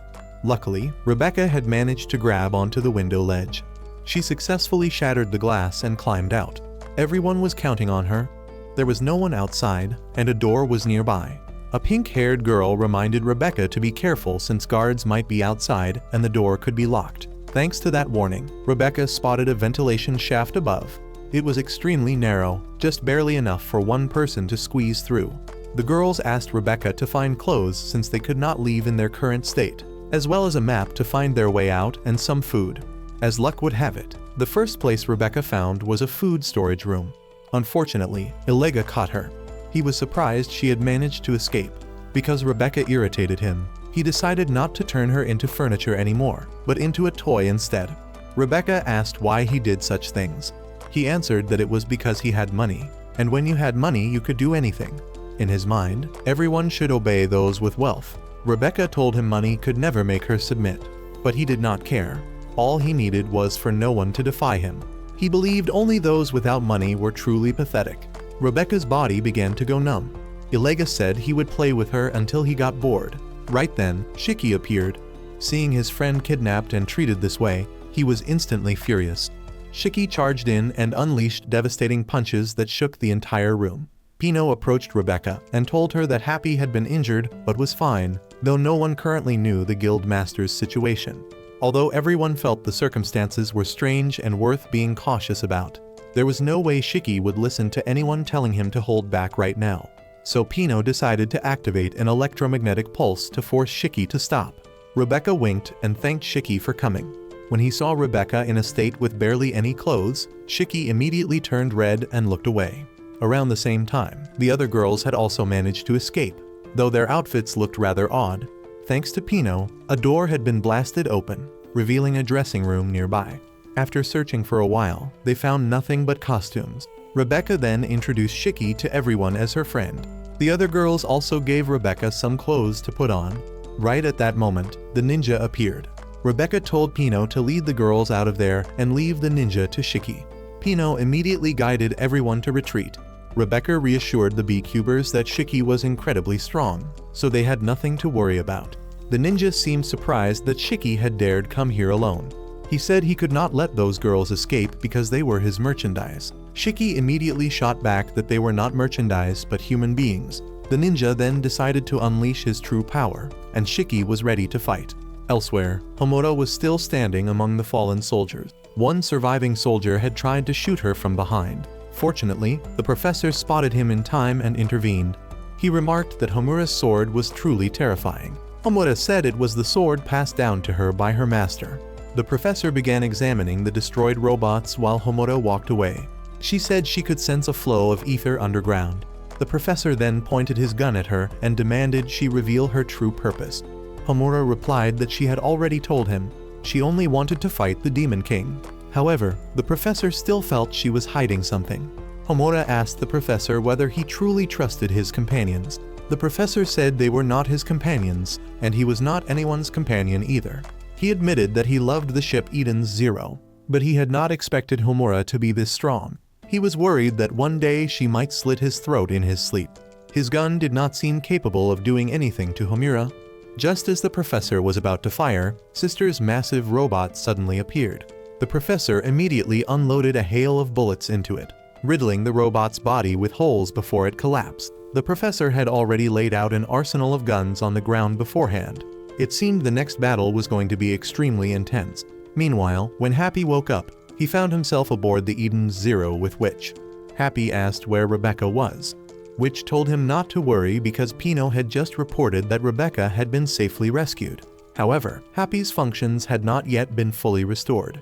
Suddenly, the ship's system blared an emergency warning, which sensed an extremely powerful ether force approaching from within the secure cosmos. That force was causing planets to disappear one after another, and it was currently heading straight for them. It was the chronophage, a colossal creature bearing down on Gilst. A chronophage was heading straight for Gilst, and there was no way to stop it. When a chronophage devours a planet, not only time but the very existence of everyone on it would be erased from the universe. Happy was deeply worried about Rebecca. The chronophage would arrive in 60 minutes, which would land the Eden's Zero on Gilst to rescue Shiki and the others. At that moment, Shiki was locked in battle with Jin. The two clashed ferociously, trading devastating blows back and forth. Jin noticed that Shiki had grown stronger than before. Shiki was far more serious this time as well, because he did not see this as a contest of skill, but a fight to protect his friends. While Jin was mid-strike, Sister stepped up behind him and scolded him for slacking off. She spotted Shiki and recognized him as the brat who had come demanding someone last time. Then she informed Jin that his mission had changed. He was to find Alega immediately. Only then did Jin realize that Alega had vanished without a trace. Sister ordered him to track Alega down and deal with him, adding that they would void the contract since she planned to take all of Alega's money after silencing him for good. After that, she turned to speak with Shiki. Shiki refused to believe she was truly the sister of the Eden's Zero, because no matter how he looked at it, she was clearly a villain. So he challenged her to a fight, even boasting that he could take on all three of them by himself. Sister removed her cloak. If he wanted to fight that badly, she would not back down. She declared herself Sister, one of the 4 shining stars of the Demon King. Pino was leading the girls toward the exit. It was only then that they realized the pink-haired girl had disappeared at some point. Rebecca told everyone to hurry and escape while she went back to find the girl. Pino argued that this was not efficient. Sacrificing the survival of the majority to search for one missing member was not a sound decision. Rebecca knelt down and explained that meeting everyone here was fate, and she would never abandon her friends. Then she ran off, leaving Pino standing there, confused and bewildered. The professor and Homura were facing off when Homura suddenly sensed ether nearby. Following the trail, the two entered a room. Homura recognized the girl inside as Sister Ivry, one of the 4 shining stars of the Demon King. Her power was being sealed by machinery in the room. Homura asked the professor to use his ether to set her free. She wanted him to trust her. Meanwhile, Shiki was fighting 1 against 3, and the enemies were armed with heavy weapons. He focused his ether, took careful aim, and unleashed a crushing blow that sent one opponent crashing to the ground. Then he aimed his strike at Sister, but she pulled Jin in front of her as a shield. Jin could not understand why she would do that. She simply saw him as her soldier, and a soldier's duty was to serve as her shield. Shiki was furious at the sight. Sister remained calm. She had healing powers, so she would just patch up anyone she used as a shield. Then the 2 men behind her got back on their feet. Sister's soldiers were invincible, able to revive again and again. Shiki was enraged. He could not accept anyone who bullied their own comrades. Rebecca found the hat of the missing girl. She looked around and saw that this place was filled with unfortunate girls whom Illega had turned into furniture. From the shadows, Illega appeared with the pink-haired girl as his hostage. He was furious that Rebecca had disrupted his plans. If she did not want him to kill the girl, Rebecca had to kneel. And so she dropped to her knees, submitting herself to his cruelty. He ordered her never to disobey him, no matter what the command. If she refused, the girl would be turned to stone. One of Ilega's henchmen rushed in and reported that a chronophage was approaching Gilst. Illega had no desire to leave. All he cared about was his furniture collection.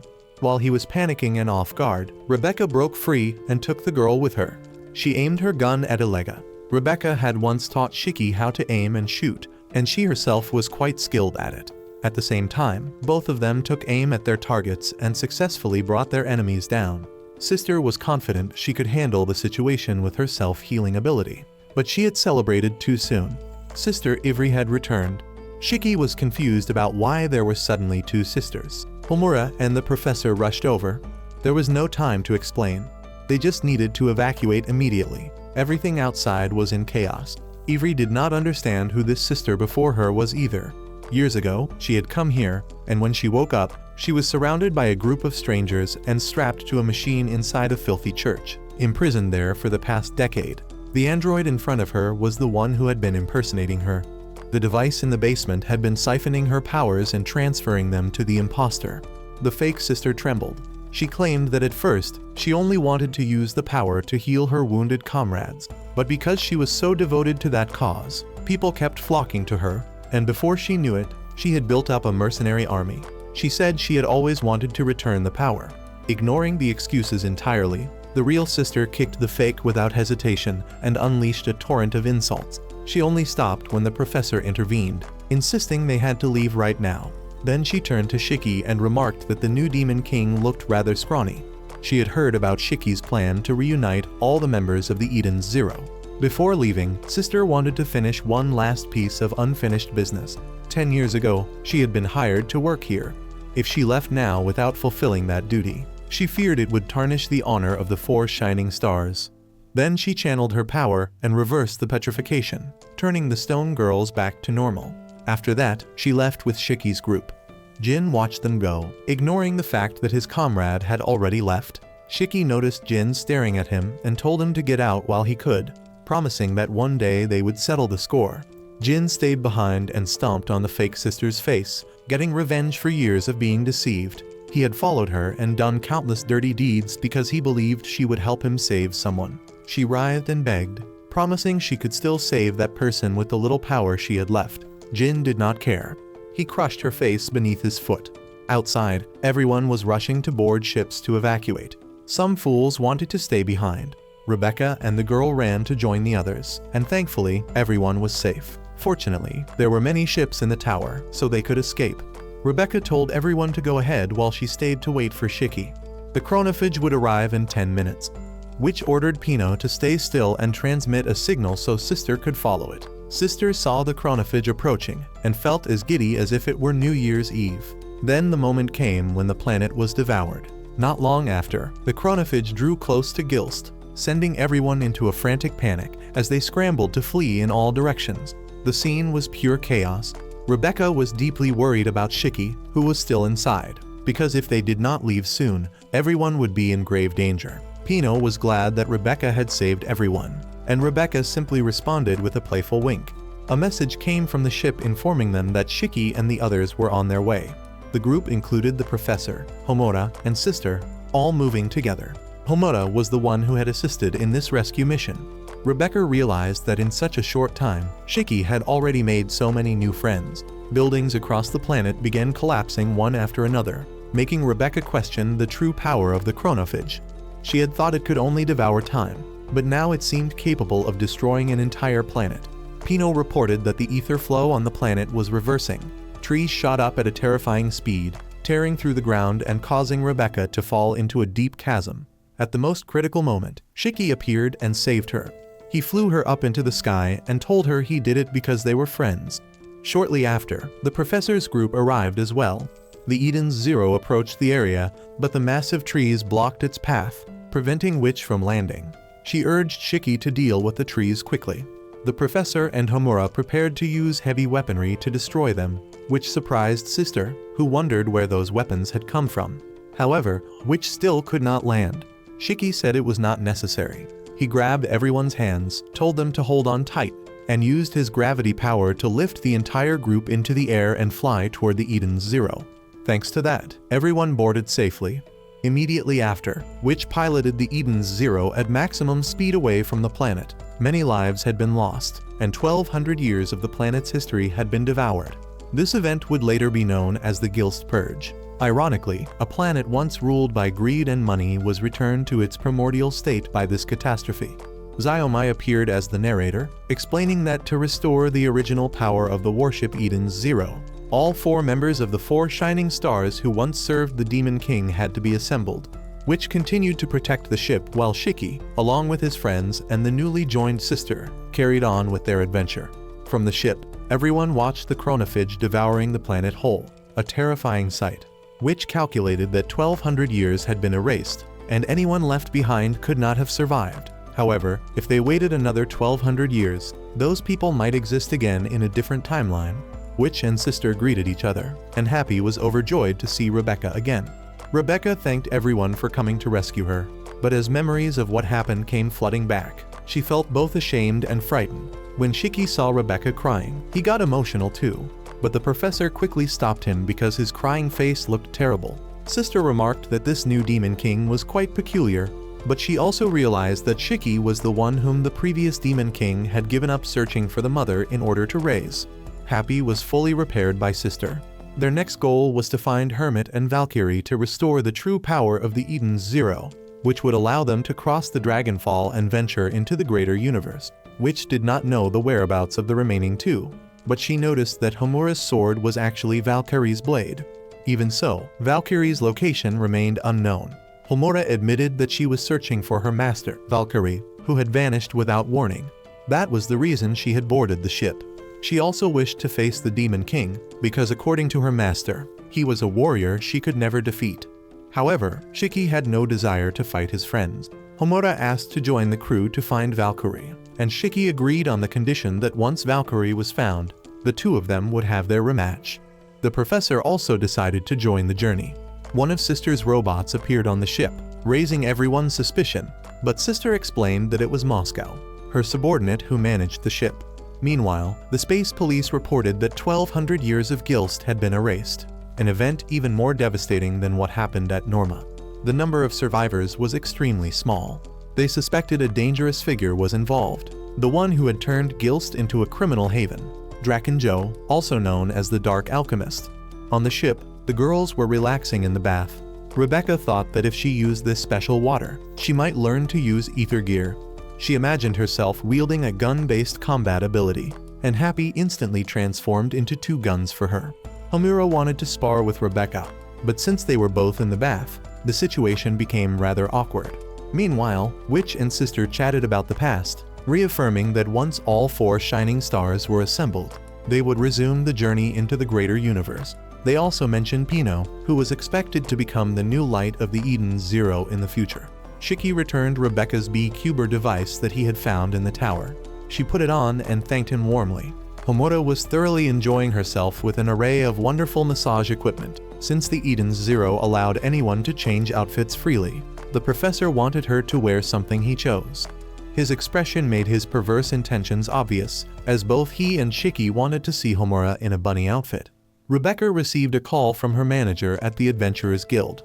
The manager was relieved to hear that Rebecca was safe and had made so many new friends. She also mentioned that the guild master had escaped before being taken aboard the ship and was very worried about Rebecca. Rebecca planned to return to Blue Garden to tell her friends everything.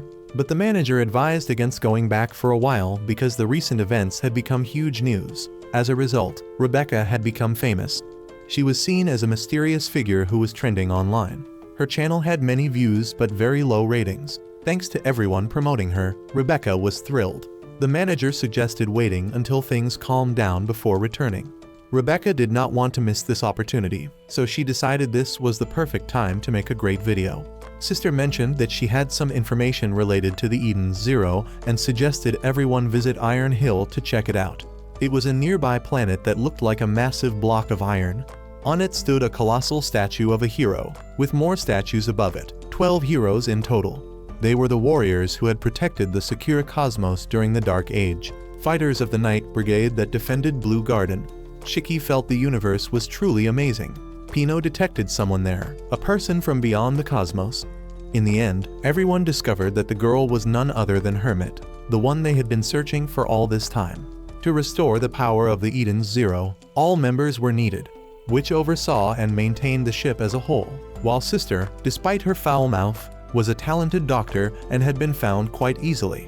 The third member, Hermit, had also been located, but no one knew whether Shiki and his friends could bring her back safely. The next chapter of this story was predicted to be utterly brutal. Hermit sat atop the statue with a deeply sorrowful expression. On the ship, everyone was surprised they had found her so quickly. To be precise, all members of the 4 shining stars were female androids. Hermit had always loved this place. Sister had only been passing by and decided to take a look, never expecting to find her there. But Hermit's condition was strange. They brought her inside, and she could neither move nor speak.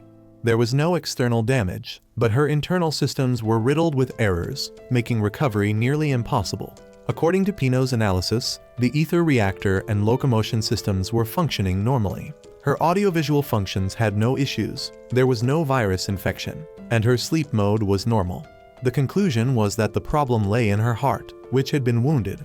Perhaps she had experienced something so terrifying that she had shut herself down. Since robots did not fully understand the concept of a heart, they had no idea how to fix it. Shiki declared that he would go inside Hermit to heal her broken heart. Rebecca and the professor could not understand how anyone could go inside her, and the professor certainly could not build such a machine. But Shiki still wanted to save her because he believed that having a broken heart was something truly frightening. Inspired by that idea, which came up with another method, using a dive system to enter Digitalis, a place that might contain Hermit's heart. It was a digital world where her memories and true self might still exist. Digitalis was both a virtual space and a real planet, a place that ordinary beings could not physically enter. To get in, one had to convert to a digital state, much like joining an online game.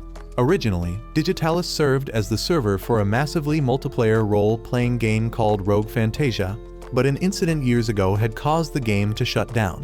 When the data spiraled out of control, the virtual characters evolved on their own and began existing as conscious beings. It became a planet of digitized people, which believed Hermit might be there because she had always loved this game. Shiki and the others entered the dive room to access the digital world. Since it was a virtual realm, the ship could not provide support, and they would have to rely entirely on themselves, which warned them that any injuries sustained inside would carry over to reality, and dying in Digitalis meant dying in real life. After understanding the risks, everyone began the dive. The system prompted Shiki to customize his character. He had no idea what he was doing but playfully designed his avatar and had a great time.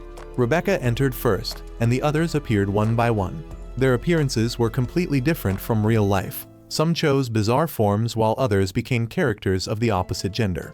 This world resembled a game but lacked the usual display parameters, making everything feel incredibly lifelike. In this world, everyone could use their abilities just like in real life, but interfering with the system was strictly forbidden. Any violation would result in permanent deletion from this world with no way back. Shiki spotted a town nearby, and everything looked remarkably real. An old man appeared and greeted them, calling them players, while the residents were known as non-player characters. These characters used to repeat the same lines over and over, but now they had developed their own consciousness. Rebecca asked about Hermit, but the old man did not know her. only suggesting they might find information in town. Everything was so realistic that it was hard to tell who was real and who was data. Homura noticed there were many other players around and warned everyone to be careful. Shiki suggested they split up to gather information. After a while, Pino discovered that someone had spotted Hermit in a town to the north. Shiki wanted to leave immediately but decided to rest for the night. Meanwhile, the professor tried to convince Rebecca to bathe together. During the night, a dangerous figure appeared at their resting place. He claimed to be a player who could kill any woman he pleased. On the Eden Zero, which was still trying to analyze Hermit's condition. In the meantime, Sister detected strange data infiltrating the ship's system, which could pose a serious threat. The next day, everyone set out on their adventure and found that this place closely resembled the real world. A talking monster appeared. It was the boss of an event and hinted that a quest to find a stolen treasure could be activated in the northern town. Adventurers would search for the treasure and venture into the monster's lair. But the story was actually a touching one about how the monster had used the treasure to protect the townspeople. However, it had accidentally spoiled the entire plot and fell into a state of dejection. The monster revealed that the northern town was facing a great catastrophe. It had heard rumors of a serial killer, and those rumors were true. He was a ruthless murderer who killed everyone he encountered, whether player or non-player character, so vicious that he had lost all trace of conscience. Rebecca wondered why he had not been banned for attacking non-player characters. That should have been the case, but for some unknown reason, he continued to exist. He was the one who had plunged this planet into chaos. Both players and non-player characters had been killed, and events had been thrown into disarray, forcing the monster to flee for its life. Shiki mentioned they were looking for a girl named Hermit in the northern town and asked the monster about her. It said it knew of her, a player who always seemed to be in a daze. It often saw her sitting alone on a hill outside the town, and she had never completed a single quest. Everyone thanked the monster and left, determined to find their comrade no matter what. When they arrived at the northern town, the place had been devastated and there was not a soul in sight. Shiki noticed someone there, but this person was in an unstable mental state, repeating the same words over and over. Moments later, the girl was killed by a figure wielding a scythe. He cursed her as trash. He was the serial killer. He said he had heard about new players appearing in Digitalis and complained about the place he had just passed through. Everyone looked up at the tower and saw many people hanging from it. Shiki wanted to rush up and save them, but the killer said it was all pointless. He had blocked the logout function, and even if they could log out, there was no saving them in real life either. He wanted to witness the final moment of despair on each player's face. He introduced himself as Jamilov, a chosen player. In real life, he was also a winner and an associate of Draken Joe. Homura recognized the name. He was one of the 6 members of the galaxy's 6 dark stars, beings capable of destroying entire planets. Shiki did not care who he was, but he resolved that he would never forgive what this man had done. Meanwhile, Hermit remained sitting in a trance, muttering that the king had once lied to her. Machines might have hearts, but humans did not. In this world, death meant death in reality. The killer grinned with a crazed smile, explaining that he had hung them up high just to see the looks of despair on their faces. Shiki flew into a rage and charged at him. The killer warned him to think twice about fighting. His scythe instantly transformed into a monster and chomped down on Shiki's head. He declared that there was nothing in this world his scythe could not devour. Then the scythe extended and lashed out at everyone, causing everything around them to collapse. When the entire castle came crashing down, Shiki caught it and hurled it aside. The killer demanded to leave because he had an appointment today. He told everyone they would settle things next time and expressed his desire to see them screaming and begging for mercy. With a maniacal laugh, he vanished. Everyone guessed his appointment was in the real world outside. They had now become the target of a deranged killer, but their ultimate goal remained finding Hermit. Rebecca hoped they could find her before the serial killer returned to Digitalis. The townspeople discovered that Shiki's group were survivors. They thanked them for driving the killer away and wanted to repay them somehow. The professor asked about Hermit's whereabouts and learned she was the girl who always sat on the hill west of town. Afterward, the townsmen saw them off. The residents reminded them to be careful. Then everyone found Hermit. After everything that had happened, it was hard to believe she was still sitting there in a daze. Noticing the strangers, Hermit immediately asked who they were. Shiki told her he was using the Eden's Zero to search for Mother. Hermit's eyes lit up at the mention of the Eden's Zero, realizing that was why they had come for her. She already knew that Witch and Sister were there, and that Valkyrie was missing and needed to be found. Finding Hermit filled Shiki with immense joy. He wanted her to come with them, but she refused outright.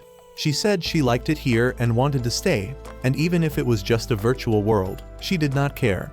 Happy reminded her that her real body was on the Eden Zero, but she insisted on being left alone, and even expressed a desire to return to Earth. Shiki took her hand, hoping she would come back with him, but she pulled away.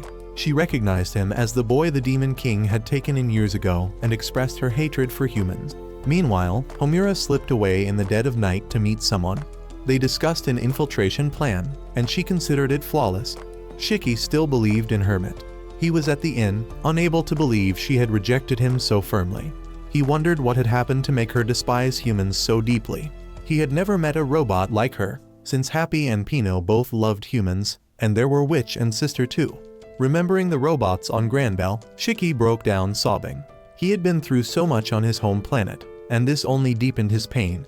The professor told a story that sounded important but turned out to be rather pointless, even complaining that carrying a normal pair of breasts was surprisingly heavy. Shiki recalled what Witch had said about Hermit's heart being wounded, and decided he would investigate. Suddenly, they heard church bells ringing in the middle of the night. Everyone rushed outside to find a horde of monsters charging toward the town at incredible speed, their danger level impossible to gauge. Atop the swarm stood a robot blowing a war horn. The leader declared himself commander of the Monster Legion, acting under Jamlov's orders, and announced they would seize the town. He meant Jamlov, the serial killer. The townspeople refused to accept this and demanded the invaders leave, insisting this was not a game event. According to Jamlov, he had grown bored of killing non-player characters himself, so he ordered the robots to do it for him. However, he wanted the players captured alive for execution, and then the town would be turned into monster territory. Shiki could not understand why they would do such a thing. Jamlov manipulated them by promising to slaughter every last monster, making them feel honored to sacrifice themselves for him. Even the robots rallied behind him. Then the attack began, and everyone fled in panic. Rebecca's group thought resistance was futile, but Shiki charged forward and wiped them all out in a single blow. Happy noticed the monsters were heading toward the hill where Hermit was. Shiki asked everyone to hold things down here while he went after them. The professor objected since he could not use his abilities in this game, but Shiki had already left. Rebecca tried to rely on Homura, but she had vanished at some point. The professor feared she had run away. In truth, Homura was in a private chat reporting to her allies. She wanted to complete the mission quickly, and her primary target was Jamlov. She felt that Shiki's group were not bad people, but they had outlived their usefulness, so she decided to abandon them. Meanwhile, the robots were advancing toward the western hill where Hermit sat. Hermit thought that this fate was still better than being killed by humans, so she prepared herself to accept death. At that very moment, Shiki appeared and carried her away. At the same time, Homura went to confront the serial killer. He was intrigued that she dared to face him. Homura expressed her desire to join Draken Joe's organization, saying she was willing to do anything to be accepted. Despite being rescued by Shiki, Hermit showed no sign of gratitude. When the monsters continued their pursuit, Shiki wiped them out effortlessly. Hermit recognized his technique as the same one the Demon King had used long ago. Shiki explained that it was what the Demon King had left behind. Hermit did not trust humans and refused to accept it. Shiki argued that not all humans were evil. Hermit countered that she had never encountered a single human with a heart. But since Hermit was a friend of the Demon King, Shiki was determined to convince her. In any case, they needed to regroup with the others first. At that moment, Rebecca was fighting alone while the professor and Pino were frustrated at their inability to use any powers. The commander of the monster horde was still rampaging with wild fury. Just then, the monster they had met in the cave appeared, following the storyline. It was the protector of the town. It was far stronger than the other monsters and dismissed them as mid-level bosses at best, which struck a nerve with them. Right then, Shiki arrived. He asked everyone to look after Hermit while he single-handedly demolished the entire monster army in one blow. He urged everyone to retreat immediately. The little girl who had been rescued earlier thanked the boss monster for saving her, calling it by an adorable nickname that moved it deeply. At that very moment, the serial killer returned to the town and refused to let anyone leave. He ordered an attack on the boss monster, and it stood its ground to shield everyone. Shiki could not bear to watch. In the end, the boss monster fell as many wept. Then Homura appeared and fired an arrow at the little girl, but Shiki threw himself in front of it. Hermit could not understand why Shiki would risk his life for mere data. The serial killer was equally stunned. Homura declared she would do anything to meet Draken Joe, but even he had not expected her to turn on her own companions. Everyone was in shock. Homura pointed her weapon at Shiki and declared he was not her friend. She added that the girl Shiki had just protected was not a real life, but merely data programmed to display the emotion of fear. Shiki struggled to his feet and insisted the girl still had a heart. Rebecca and the professor could not fathom why Homura had sided with the enemy and betrayed them, but Shiki still believed they could be friends. Homura announced she would join Draken Joe's side and that her earlier claim of searching for Valkyrie had been a lie. She gave Shiki one last chance to retreat. The killer ordered his troops to fire a volley of arrows. If Shiki dodged, the villagers behind him would be in danger. At that instant, another Homura appeared and sliced every single arrow out of the air. That was the real Homura. The imposter was finally exposed, and this was the real Homura. She appeared, slicing every arrow out of the air before rushing to Shiki's side. Everyone stood in stunned silence, unable to comprehend what was happening. Even though there were two Homuras, the one standing before them was clearly the genuine one. When she first arrived on this planet, Homura had no idea why she had been locked in a dungeon. It took her a full day to escape, another day to gather information, and then she tracked the trail here. What infuriated her most was that someone had dared to impersonate her, and they had even chosen a male form, something she would absolutely never do. Just from the way she spoke and reacted, Rebecca and the professor immediately recognized her as the real Homura. Pino, however, still could not figure out how the imposter had known so much about them. The imposter was furious that the plan had nearly succeeded only to fall apart. Even Jamlov lost his composure. Enraged by the failed scheme, he slaughtered the remaining monsters. He was sick of everything and now just wanted to kill them all. He immediately fired a laser beam at Shiki. Homura decided to pursue the imposter to uncover their true identity, while Shiki would stay behind to face Jamlov. Despite Shiki's relentless attacks, Jamlov dodged every single one flawlessly. Rebecca quickly figured out the problem. He was cheating. He could control monsters, boost his power beyond the allowed limits, and even rewrite the planet's code to serve his purposes. At that point, Hermit spoke up. If they wanted to defeat him, the only way was to cheat right back. Even Happy and Pino agreed, but Rebecca objected. To her, cheating was the worst thing anyone could do, and she refused to stoop to that level. Since Rebecca would not accept cheating, the professor decided to do it himself. He was not a gamer, so he saw no issue with it. If he got permanently banned, that was fine, since he had no attachment to this planet. He began analyzing the planet's code. Meanwhile, Shiki continued fighting, but could not deal any damage at all because Jamlov had modified the program to make himself invincible. Pino suggested the professor remove the invincibility status first, but the code was far too complex. Hermit realized the professor did not actually understand programming. He was merely operating his ether gear on instinct. Determined to defeat the killer, Hermit decided to help. She used the professor's account to cheat, so if anyone got banned, it would be him, not her. Jamlov had been doing the same thing all along, using other players' accounts to cheat so that whenever he was caught, someone else took the ban. First, Hermit stripped away his invincibility. Then she amplified Shiki's power, transforming him into a colossal monster-like being. Shiki could feel the energy surging through his entire body. Jamlov immediately panicked and tried to rewrite the code to revert Shiki back to normal. He was quite skilled at cheating himself, but every time he removed an effect, Hermit created a new one. She even equipped Shiki with a suit of radiant armor. No matter how many times he deleted it, she kept recreating it without pause. In his frenzy, Jamlov even deleted Rebecca's clothes. He could not stand being opposed and decided to use the final code. It was the planet destruction code. Instantly, characters and monsters began to dissolve. He intended to wipe the entire town from existence. Hermit could do nothing, because once the final code was activated, it could not be reversed. Even so, Shiki kept fighting. To Hermit, everything here was just data, so it did not matter if it vanished. But Shiki disagreed. He believed they were still alive because they had hearts. He would not give up. He would defeat Jamlov before everything disappeared. Shiki charged in and threw a punch. Jamlov remained confident because even without invincibility, his stats were still maxed out. But for Shiki, the power of friendship was what mattered most. He poured every ounce of his strength into a devastating blow. In theory, the highest defense stat on this planet was 999, but Shiki's actual power measured roughly 20 to 2500 on that same scale. When plugged into the damage formula, Shiki could completely drain Jamilov's health bar in just 22 punches. As for the killer, he was finally defeated and ejected from the game. He vanished completely. The town gradually returned to normal, and the NPCs recovered their original states. When the player had activated the final code, right at the moment the system was exporting data, Hermit had seized that opening to rewrite the storyline. The little NPC girl came forward and thanked Shiki. Everything was finally resolved. The professor approached Hermit and told her that there were people who truly cherished the heart.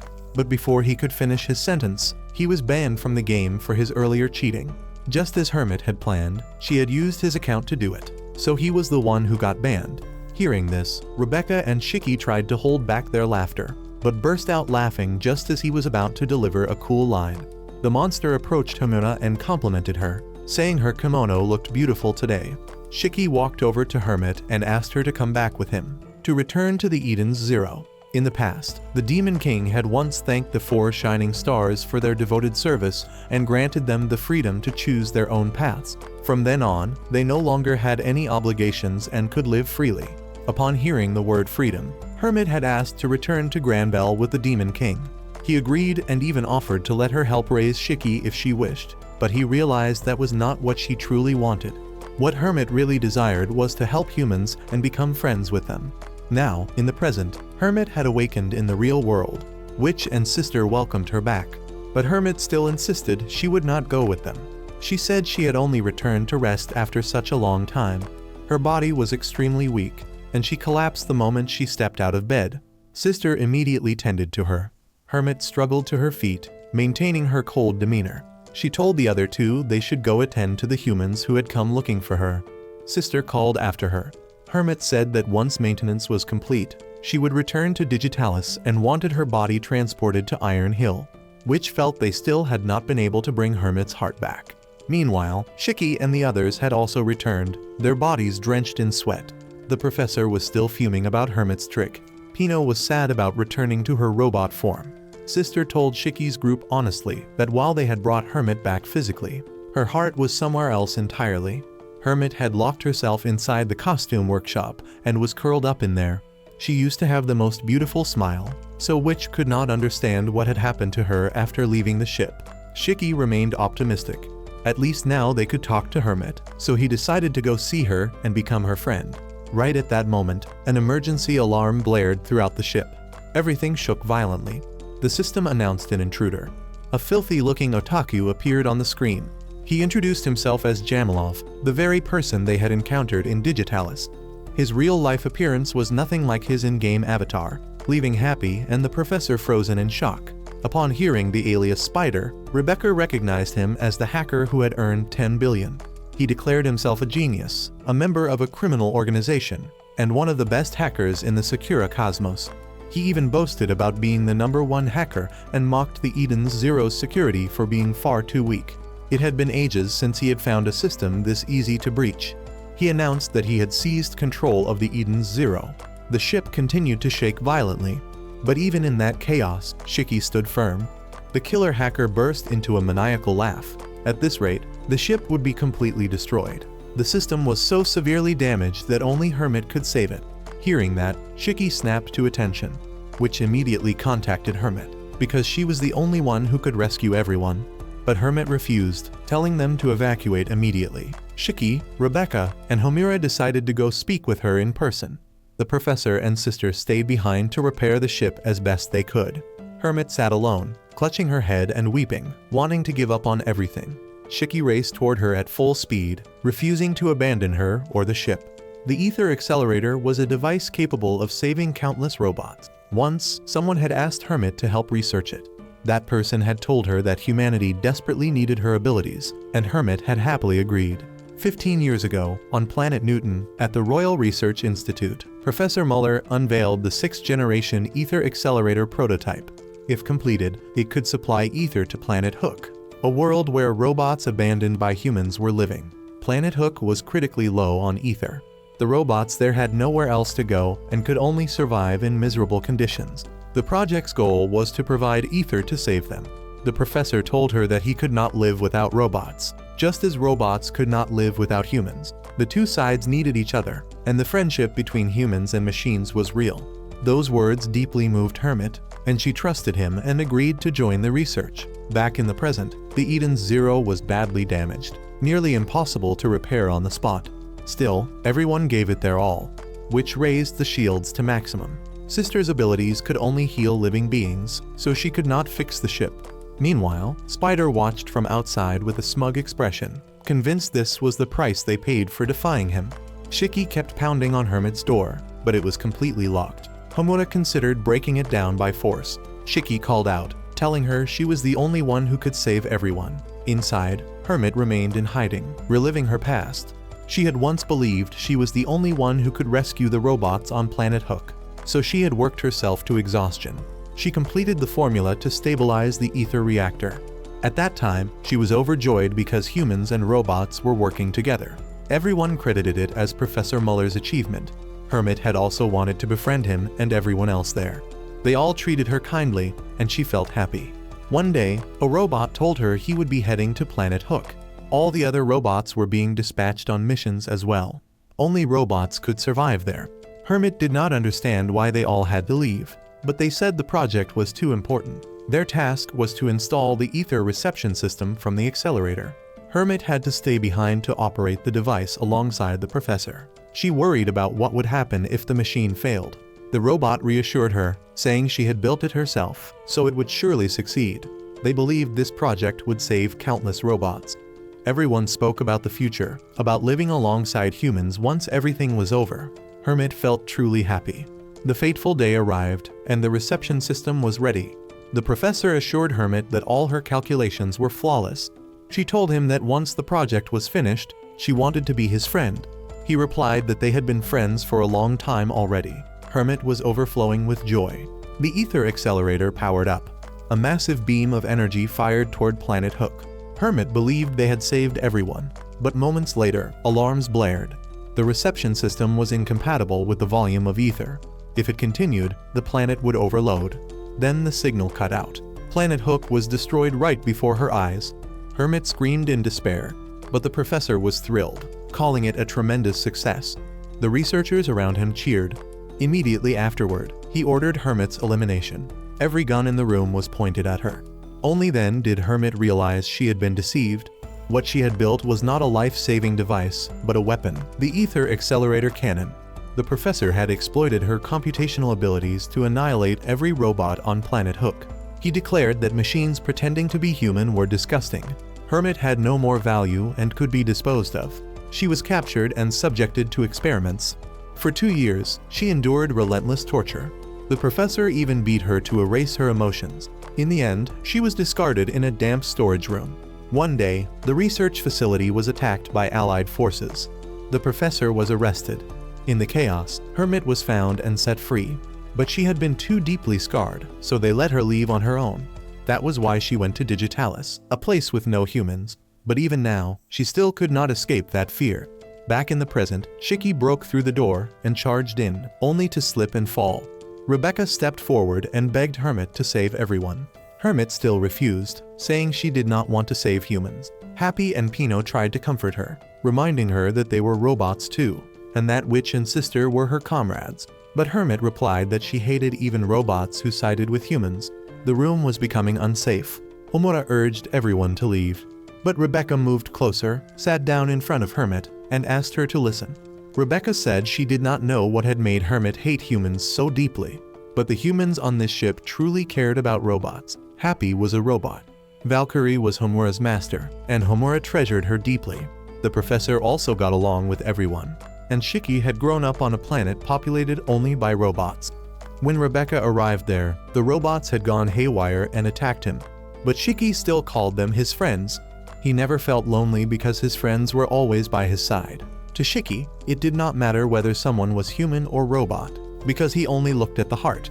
Hermit broke into tears, saying no one understood what she had been through. Shiki stepped closer and told her that even though he did not understand, he still could not leave her alone, because she was crying. Those tears proved she still had a heart. He told her that if she could not trust humans yet, then she should try trusting herself. He did all of this because he believed in Hermit. He believed in her, and that was why he would not leave. Then he asked her what she wanted to do. Hermit burst into uncontrollable sobs, and finally, she decided to come back. She reactivated the ship's systems. Everything began recovering at incredible speed. Spider's hacking was completely neutralized, and his own system was hijacked in return. Hermit pinpointed his location. If he had infiltrated the Eden's Zero, then she had certainly locked onto him as well. His ship was within firing range. Hermit opened fire, but instead of attacking, she simply launched fireworks around his ship. It was all just a prank, and everyone burst out laughing.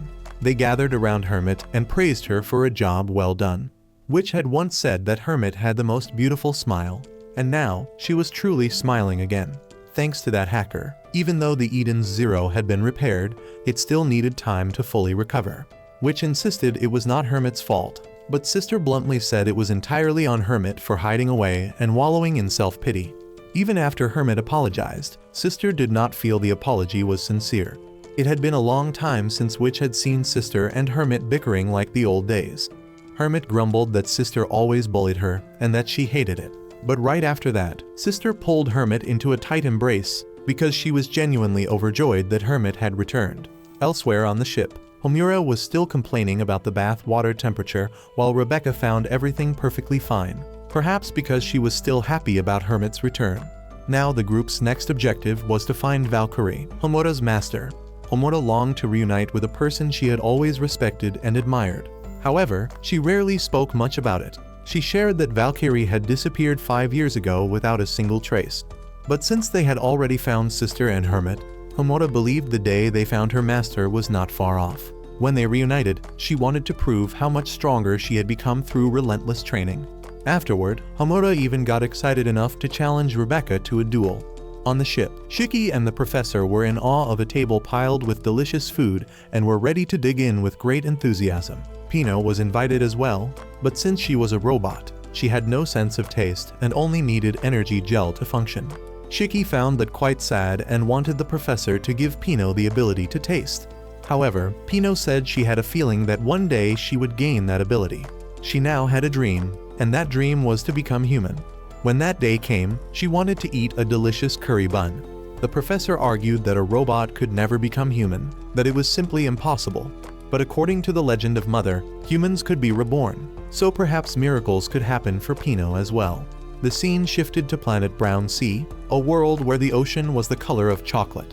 The mysterious girl from before was discussing a disguise plan with her allies, but the cover was blown when Homura unexpectedly showed up. One of her subordinates had secretly logged into Digitalis without selecting a character, just to gather intelligence on the Eden's Zero. He was terrified that getting caught would mean big trouble, but the female agent reassured him there was no need to worry. She had confirmed the location of Jamalov, also known as Spider, and could now find a way to infiltrate Draken's organization. It turned out that Subordinate was actually a member of the space pirate crew that had appeared earlier. On the warship, Jamalov was still seething with resentment and determined to get revenge. When he went to see Draken, a girl stopped him because Draken was busy, but he barged in anyway. Inside, Draken was torturing a debtor. The man had borrowed 2 million, and with interest, it had ballooned to nearly 5 million. Yet he had failed to pay on time. Draken used an instrument that looked like glass, but was actually an extremely heavy metal to inflict pain. He did not kill the debtor because a dead man could not repay his debts. To him, money was the most important thing in the world. Afterward, he ordered the debtor to be dragged away and turned into a test subject or forced into hard labor to work off the debt. When Jamalov cheered too enthusiastically, Draken shot him a glare that silenced him instantly. Then Draken asked about the losses from the disaster on Gilst, where nearly all of his clients had vanished, severely damaging his reputation. When Jamalov mentioned the Eden's Zero, Draken initially dismissed it as a myth. But then he realized Jamalov had taken it upon himself to use Draken's name to cause trouble, only to get defeated, which infuriated him. Draken immediately shot Jamalov down for tarnishing his reputation. Even so, he sensed the potential value of the Eden's Zero and began keeping an eye on the ship. Back on the Eden's Zero, which reported that they had assembled 3 of the 4 shining stars and only needed Valkyrie before they could set out to find Mother. Hermit apologized to everyone and promised to do her very best from now on to make up for lost time. Homura recalled that she had come to Blue Garden because her master once mentioned a companion there named Sister.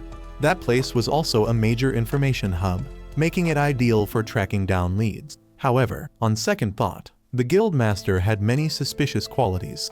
The fact that he had been captured along with the girls before was highly questionable, and he was also the one who had assigned the mission that led Sister into the trap on Gilst.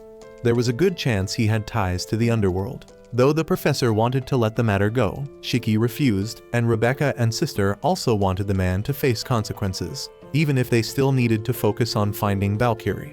Hermit then mentioned someone who could help them, a legendary fortune teller in the secure cosmos who could see through the past, present, and future.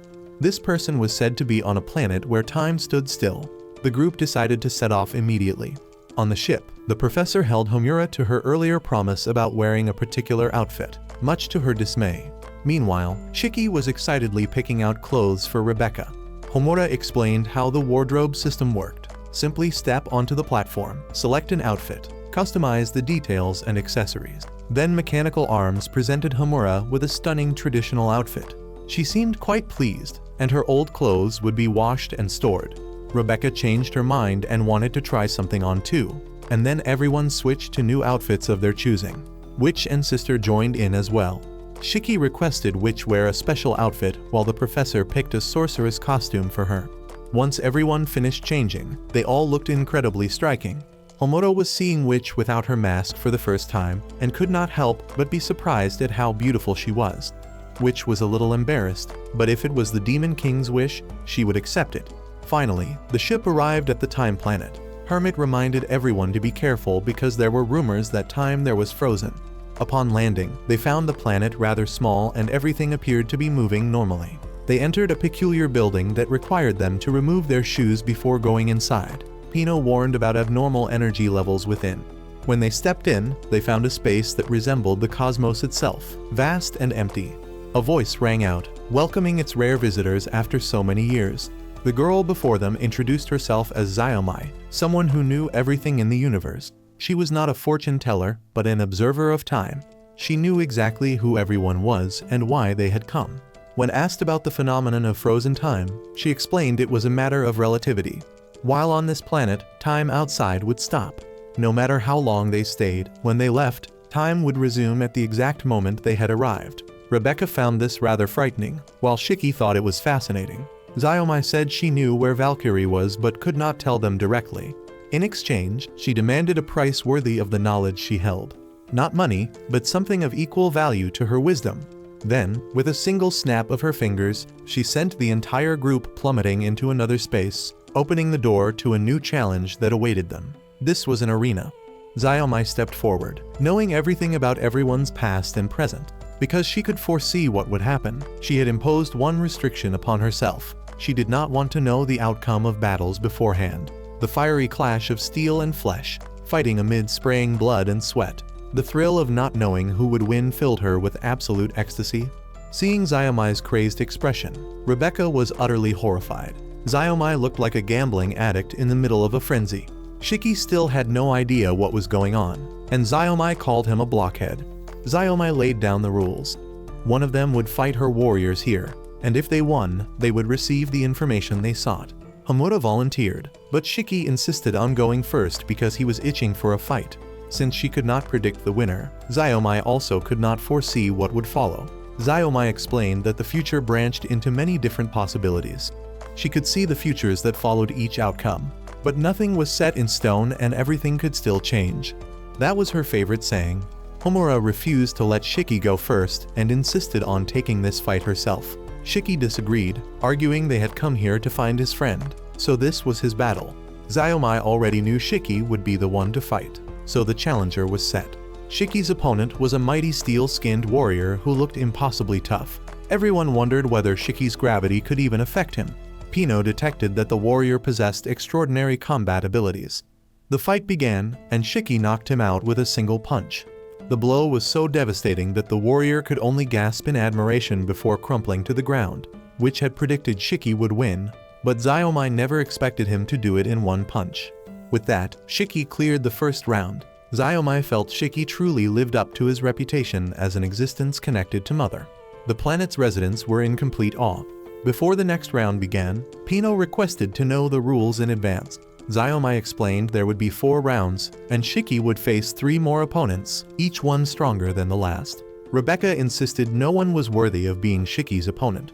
To make things more interesting, Xiaomai decided she would assign the matchups. This meant Rebecca's group would also have to fight. Weapons were allowed, but killing the opponent was not. All matches were one-on-one, and if a teammate lost, anyone who stepped in to help would be disqualified. If they won the remaining 3 rounds, Xiaomai would reveal Valkyrie's location. She never broke her promises. Now the second round began.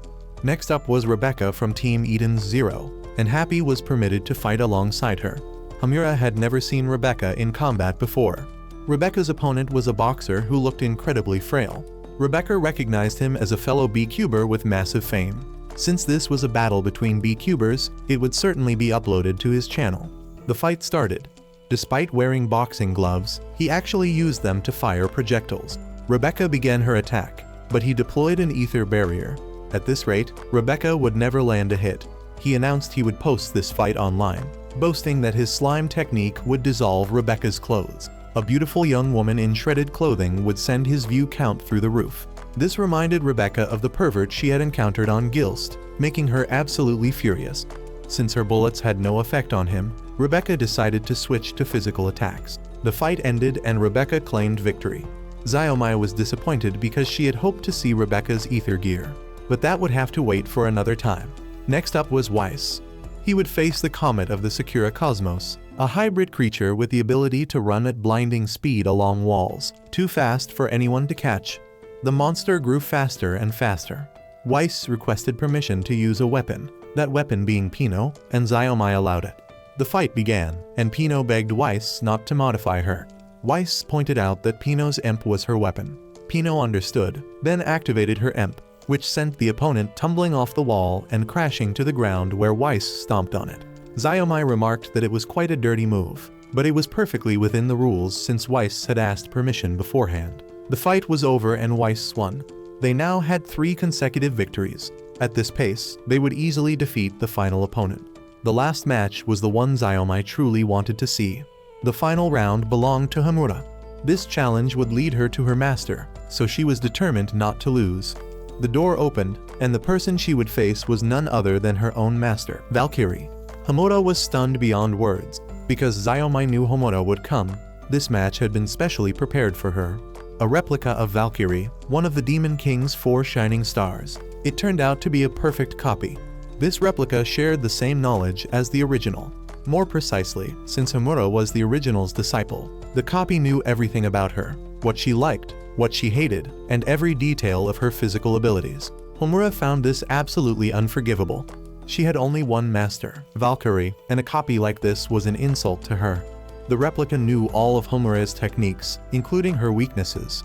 This only made Hamura attack with even greater fury.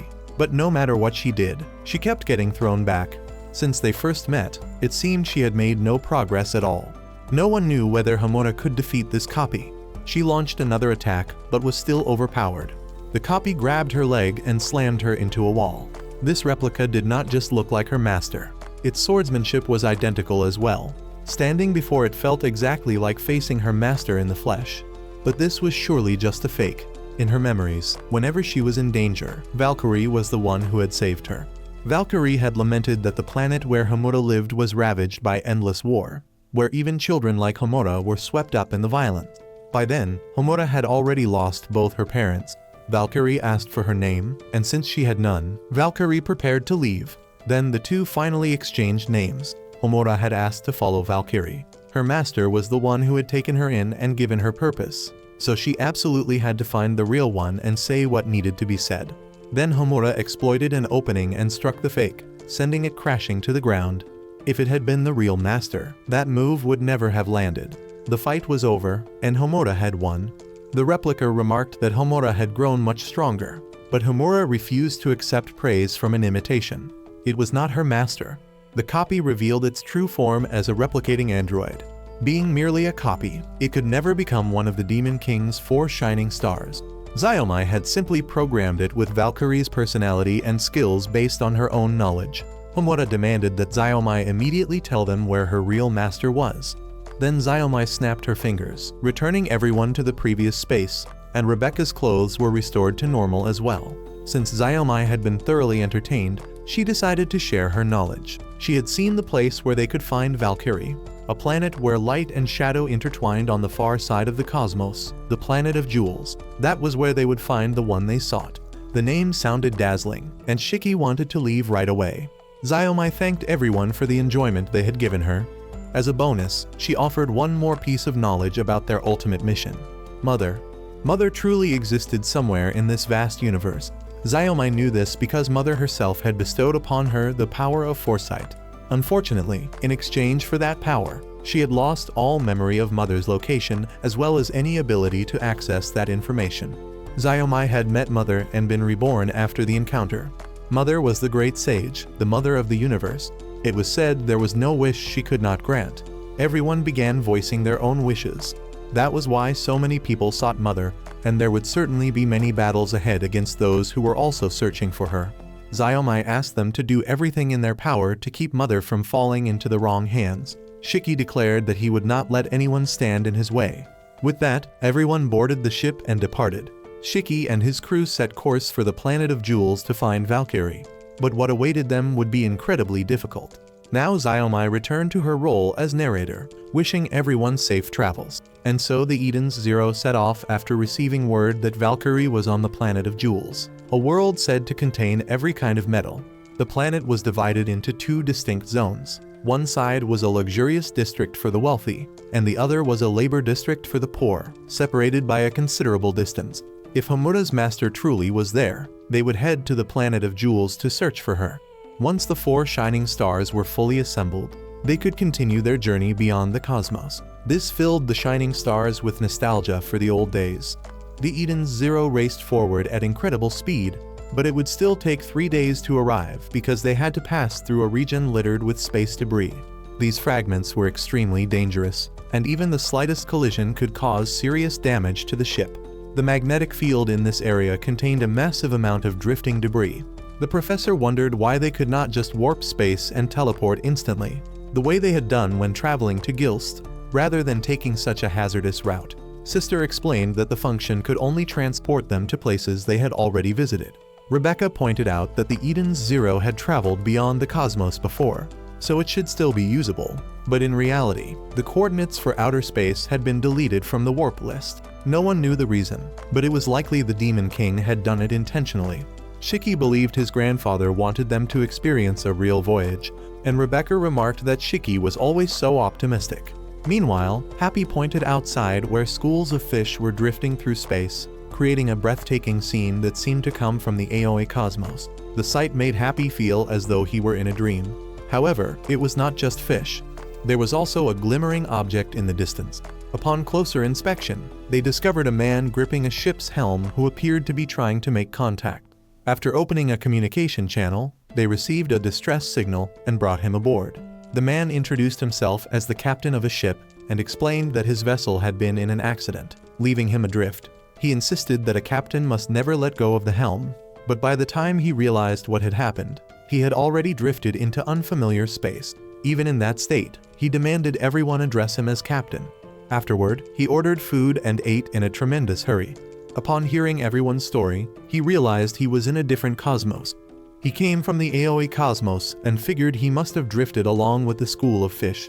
Once he recovered, he requested to meet the commander of the Edens Zero, then seemed surprised that the crew was mostly women, children, and robots. He offered to take on the role of captain, but was simply shown to a resting area. Sister was annoyed at having to harbor a stranger, but since it was Shiki's decision, no one objected.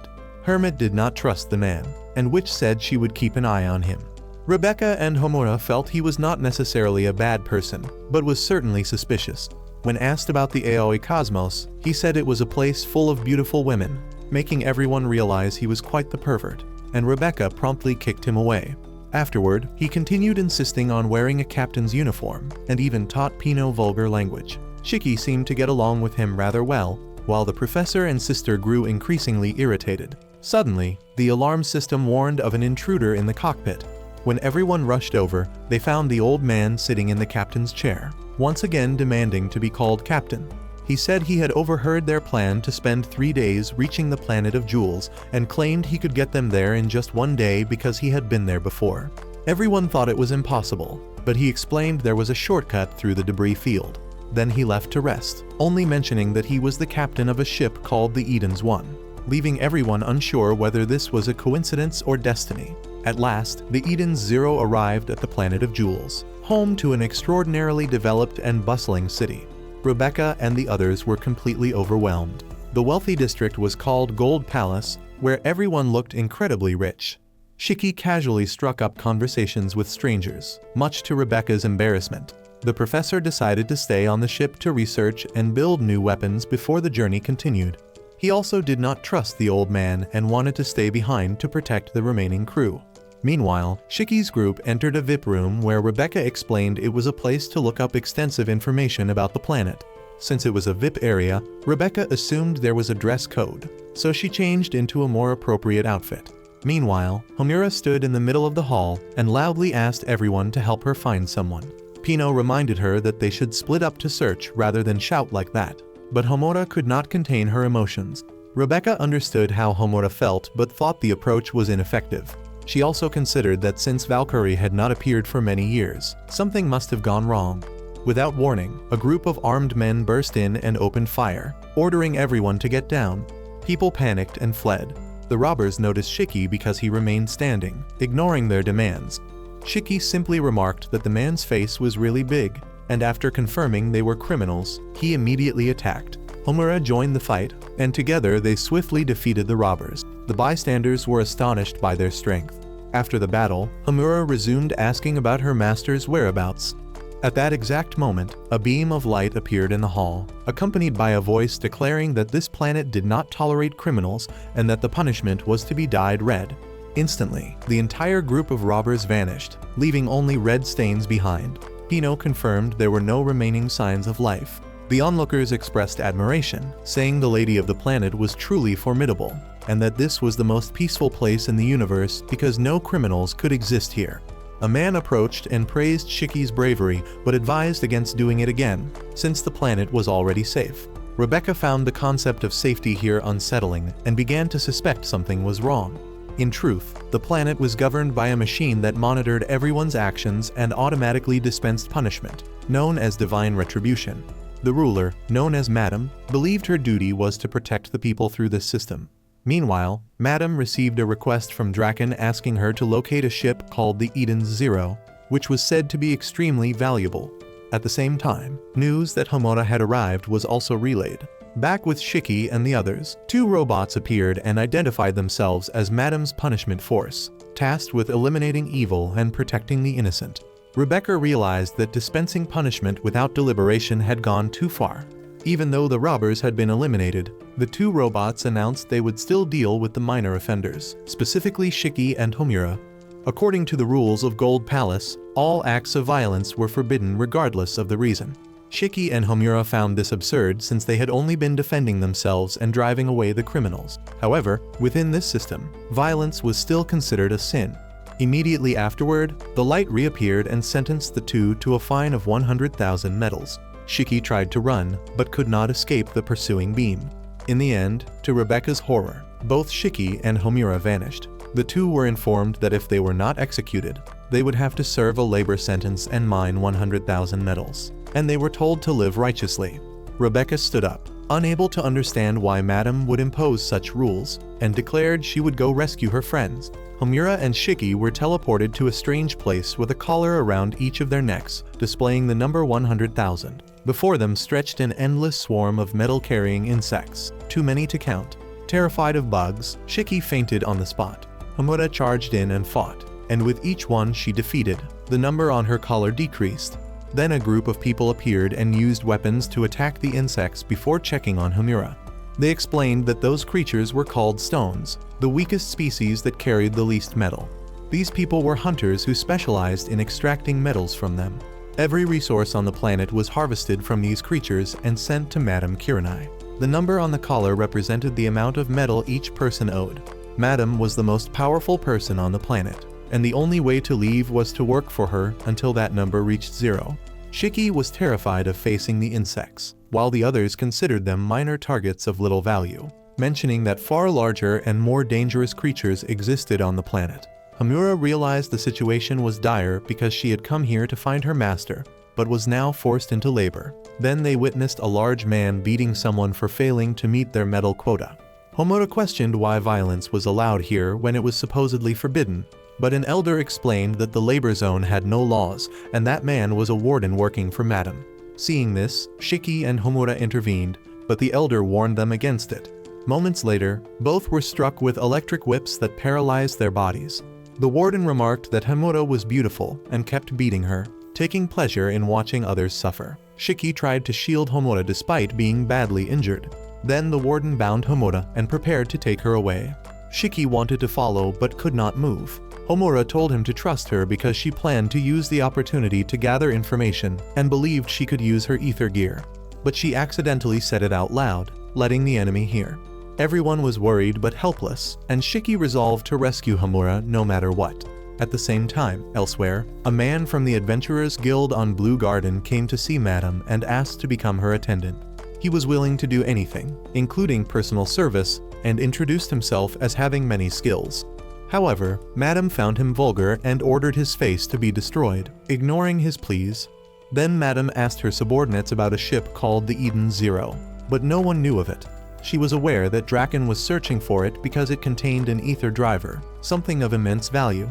Rather than sharing the profits, she intended to take everything for herself. Meanwhile, the planet emitted powerful interference waves that disrupted all communications. Sister could not reach Rebecca, but Hermit assured her the ship was still safe.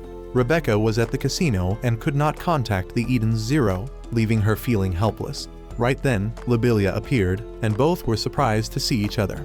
Lobelia knew that Shiki and Homura had been sent to the labor zone and said there was a way in, but she demanded Rebecca help her shoot a video first. Since Rebecca was famous, Lobelia wanted to collaborate for more views. The video's concept was to test how far a famous beekeeper would go, and Rebecca would have to dress up as a cute sorceress character. Though completely unwilling, Rebecca ultimately agreed because she was thinking of her friends. Following Lobelia's instructions, she put on a beautiful cosplay outfit that did not quite fit her body. Then a theme song played and someone appeared who was apparently a fan of that show, humming along enthusiastically. It was a famous beautytuber named Nino, who believed anime could save the entire universe. Everyone could tell he was deeply passionate about anime and otaku culture. He commented that Rebecca looked very cute. Since this was Lobelia's project, she told Nino to stay out of the filming area. Lobelia handed Rebecca a script and explained that Rebecca had low view counts because she did not invest in her content. A proper video needed a clear opening, body, and conclusion. Rebecca learned something new. Then Lobelia introduced Rebecca with a cute dance, and Rebecca greeted the audience while trying to stay in character. She told herself that despite the difficulty, this was a way to learn and ultimately save her friends sooner. Rebecca was asked to step onto the stage and deliver the character's signature line. She stepped up and performed the exact movements, but at that moment a strange liquid was poured over her head. Lobelia burst out laughing, and the surrounding audience laughed along. Pino and Happy were utterly shocked. Lobelia called it a hilarious prank, saying it was a scene of a naive girl being humiliated in front of a crowd. She continued mocking Rebecca and thanked her for standing there taking it in a childish costume. Happy was furious because none of this was in the script. Lobelia admitted it was not and dismissed it as just a joke.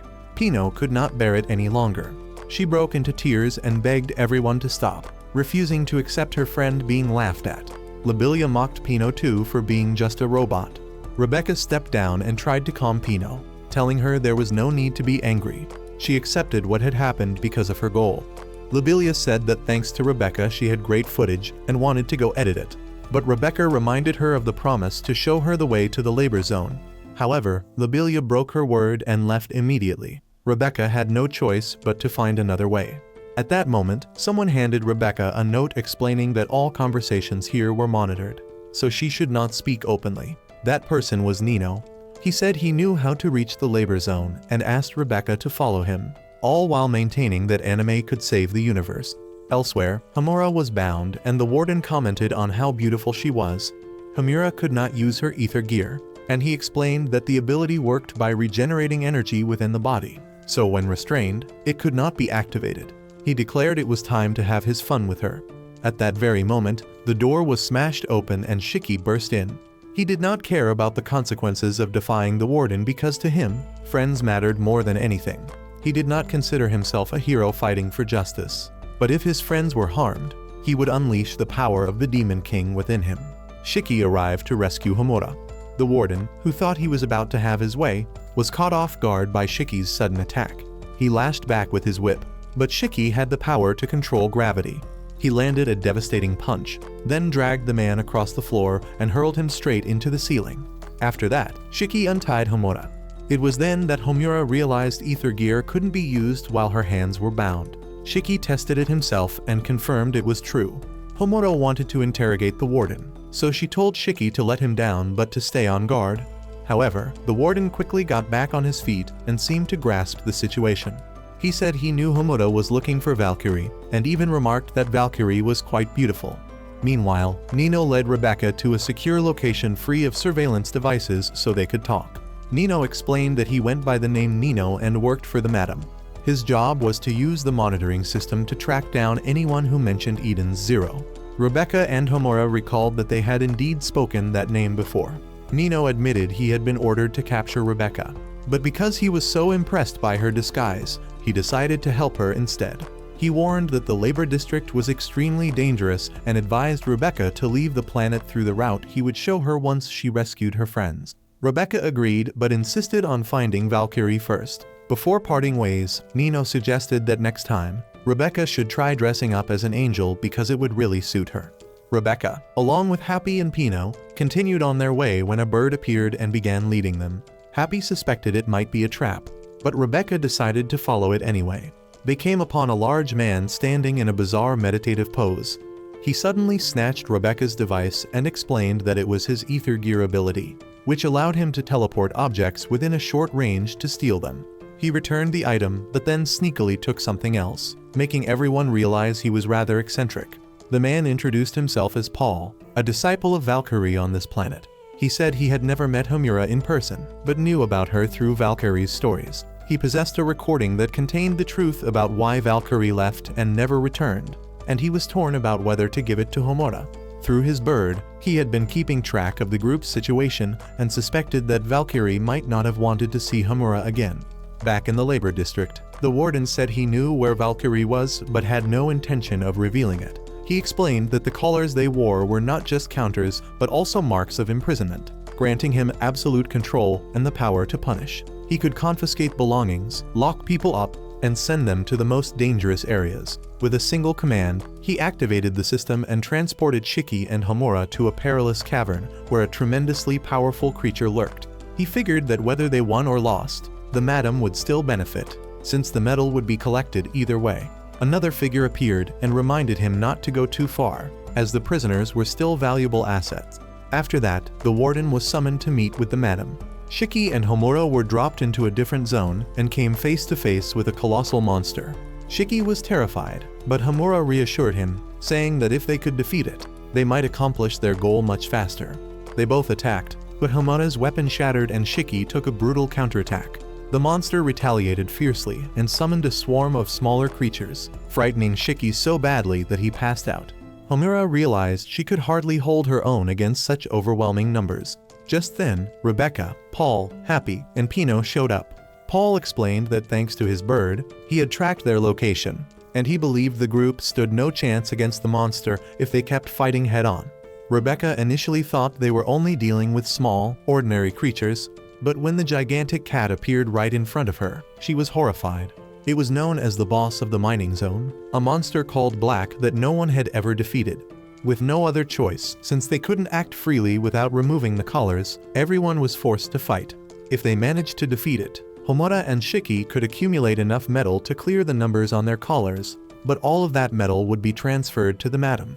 Homura understood this perfectly but still chose to act, because that was what her master had taught her, to think boldly and act decisively. Her sword had been broken earlier and couldn't be recreated right away. Yet she charged in regardless. Pino analyzed the monster's body and found it was covered in an extremely hard crystal, but there was a weak point on its back. If they concentrated a massive amount of ether on that spot, they could bring it down. Shiki realized they could climb onto the monster's back. Homura asked Rebecca to stand on her broken blade, and she would use a powerful ether strike to launch Rebecca into the air. Homura told Rebecca to trust her, and Rebecca agreed. She set Shiki down and hoped someone would catch her when she landed. Homura promised she would catch her like a princess. Homura sprang upward but couldn't reach the monster's back on her own. Right at that moment, Shiki regained consciousness and boosted her higher with his strength. Thanks to that, Homura reached the weak point. Rebecca used Happy to fire a full-power ether blast. Shiki backed them up with his own power, and then Homura delivered the finishing blow. The three attacks struck the weak point simultaneously and brought the monster down. The ore from its body surged rapidly and was transferred to the madam. Shiki and Homura's collars dropped to 0, but were immediately reset to 100,000. They both realized they had been deceived and that the madam never intended to set them free. Paul then explained that prisoners in the labor district were never released. They were only exploited for resource extraction.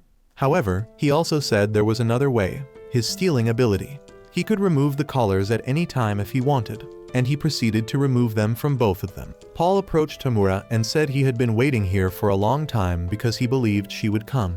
He handed her a square data block that contained the entire truth about Valkyrie. Meanwhile, the warden had returned to the madam and reported the situation. The madam was absolutely furious. She had received word that Valkyrie's faction was showing signs of rebellion. Since she had found a new source of profit, she decided to deploy her weapons to burn the entire labor district to the ground and wipe out everyone in it. Homura stood frozen. The stone he had given her held the complete truth about Valkyrie. After seeing what it contained, Homura was overwhelmed with shock and ran away. The story rewound to the planet Edo, 10 years earlier. Civilization there was not particularly advanced, but the living environment was wonderful. Homura and Valkyrie used to train together at this place. Homura was struggling to keep her balance, and the training was quite difficult for her. Valkyrie could hardly believe that such a small child wanted to learn swordsmanship. Homura simply wanted to become strong enough to be of help to her master. Though a little shy about it, all Homura really wanted to say was that she loved her master very much. Valkyrie put on a kimono and went for a stroll through town with Homura. They enjoyed delicious food together and had a wonderful time. Valkyrie noticed the doll that Homura always carried with her. It was a keepsake left by Homura's mother, and Homura always kept it close so her mother could find her. Valkyrie assumed Homura's mother had perished in the war, but Homura said she had left the planet before the conflict broke out. The people around them stared at Valkyrie and whispered among themselves, showing prejudice against a robot whose kind had caused so many wars in the southern seas. They went on to criticize Homura for walking alongside her. Homura was about to argue back in defense of her master, but Valkyrie, feeling uncomfortable, pulled her away. Valkyrie scolded her for speaking without thinking, yet admitted that was also one of Homura's greatest qualities. 5 years later, Homura had grown into a young woman. A group of thugs harassed her and demanded she hand Valkyrie over to them. Homura argued back, insisting that robots were not objects and had hearts just like humans. The thugs refused to back down, pushing Homura past her limit. Their leader's father was the local magistrate, which made him arrogant. He kept provoking Homura until she snapped. As a result, both Homura and Valkyrie were brought before the magistrate. After hearing the details, the magistrate decided to resolve the matter peacefully since it was just a fight between children. If Homura showed remorse, she would be pardoned, so she needed to apologize to the boy. Valkyrie warned her that using ether gear required great caution because the very nature of power was violence. As her master, Valkyrie ordered Homura to apologize, but Homura flatly refused. She argued that the thug was the one who should apologize for insulting her master. She mocked him for losing a fight and then running home to cry to his father over a tiny scratch, calling it shameful. The boy stormed off to complain to his father. The magistrate, watching helplessly, could only order the guards to escort the children out. Afterward, he called Valkyrie aside and told her that if she couldn't discipline the child, perhaps she shouldn't bother bringing Homura's mother back. He admitted the situation was partly his own fault for spoiling his son, yet he still loved the boy dearly. Raising children always brought unexpected challenges, but parents would always love their children because they were flesh and blood. Since Valkyrie was not Homura's birth mother, He suggested this made things even harder for her. On the way home, Homura cried bitterly, still believing the thugs were the ones who owed an apology. Valkyrie didn't know what to say. Normally she would have found a way to teach Homura a lesson, but at that moment she remained silent. Perhaps it was because she noticed Homura still clinging to that symbol of her mother. That was the moment Valkyrie decided to go find Homura's real mother. She left the child behind because by then Homura could take care of herself after all those years of training. Valkyrie left a message, but a cat from next door carried it off. So in Homura's eyes, Valkyrie's departure was no different from abandonment. Valkyrie told Xiaomai that she would return as soon as she fulfilled her mission of finding Homura's mother. Xiaomai helped her locate the woman, but to everyone's shock, Homura's birth mother turned out to be none other than the cruel and ruthless Madame Kirini. Valkyrie found her when she was still a prisoner wearing a slave collar. Kirini felt fortunate to learn that Homura was still alive. From what Valkyrie observed, the woman had endured tremendous suffering under the Baron's rule. Valkyrie resolved to bring her back to Homura, but it was far from easy. As long as she wore that collar, she remained a slave. That was when Paul appeared, a man with the ability to steal and remove the collar. However, Paul did not remove his own because he was after a crystal meteorite with an extraordinarily high ether concentration, known as star tears, an extremely rare and valuable gem. Valkyrie expressed her wish to take Kirini home because Homura was waiting, but Kirini adamantly refused. She said she still had a debt to settle. She had originally planned to return to her homeland to earn money and build wealth, but ended up becoming indebted to high-end casinos. If she didn't pay off her debts, they would come for Homura, so she dared not flee. Valkyrie saw a solution. She asked Paul to transfer the collar from Kirini's neck to her own. She would then fight to earn the money and pay off Kirini's debt. Valkyrie willingly took on the burden of humiliation so that Kirini could return to her daughter. Kirini broke down in tears, overwhelmed by such selfless kindness. 2 years later, Valkyrie and Paul were still living in the Commoners District. Paul had recently heard about the woman named Kirini who had caused Valkyrie to sacrifice her freedom. Kirini had formed an alliance with the Baron and become his lawful wife. Upon hearing that she had not returned to Homura, Valkyrie was furious. She intended to drag Kirini back by force, but then Kirini assassinated the Baron and seized control of the entire planet, declaring herself Madame Kirini. Valkyrie couldn't comprehend what had happened. While Paul called Kirini the kind of woman without a shred of conscience, he hoped his master wouldn't lose faith in humanity because of this. Valkyrie disagreed, saying that being human or machine was no excuse for committing evil. Valkyrie asked Paul to remove her collar so she could confront Kirini, but the mines suddenly exploded violently. Hordes of monsters rushed out to attack, provoked because Kirini had forced the prisoners to mine too aggressively, disturbing the stone creatures. The situation was utter chaos as the monsters poured into the residential area. Valkyrie ordered everyone to protect the civilians while she alone stood against the onslaught. She activated her combat systems, and her power, once known as the Sword Saint of Edens, was unleashed. She used everything she had to cut down the monsters, while Madame Kirini gleefully celebrated the metal harvested from the battle. When the fight was over, Valkyrie was utterly exhausted, yet the monsters kept coming without end. She fought until her very last breath. The image of Homura kept flashing through her mind. She felt fulfilled yet filled with regret, for she had never told Homura how much she loved her, never said that she too cared deeply for her disciple. Now, all that remained before Homura was a pile of shattered remains. Paul recounted how Valkyrie had sacrificed herself to protect everyone back then. Homura wept uncontrollably. All this time she had desperately wanted to see her master, but not like this. She cried out her master's name, hoping for an answer, yet no reply ever came. Homura still held on to hope that Weiss or sister might be able to repair her master. But sadly, once a robot lost its core, it was the same as a human losing their life. The pain Homura felt in that moment was like losing both her mother and her master at once, a blow so devastating it nearly destroyed her. Throughout the residential district, a heavy sorrow hung in the air as everyone carried the weight of grief. Homura remained standing where Valkyrie had fallen, unable to leave. Everyone understood that the 4 shining stars would never be complete again. A group of people approached. They were the ones Valkyrie had saved in the past. After that battle, out of deep respect and gratitude, they had named themselves the Valkyrie Regiment. Rebecca didn't understand why Valkyrie had left without seeing everyone again. But to the people here, Valkyrie was a symbol, the one who had given them a reason to keep living. They had never disturbed the place where Valkyrie fell. wanting to wait for Homura to come.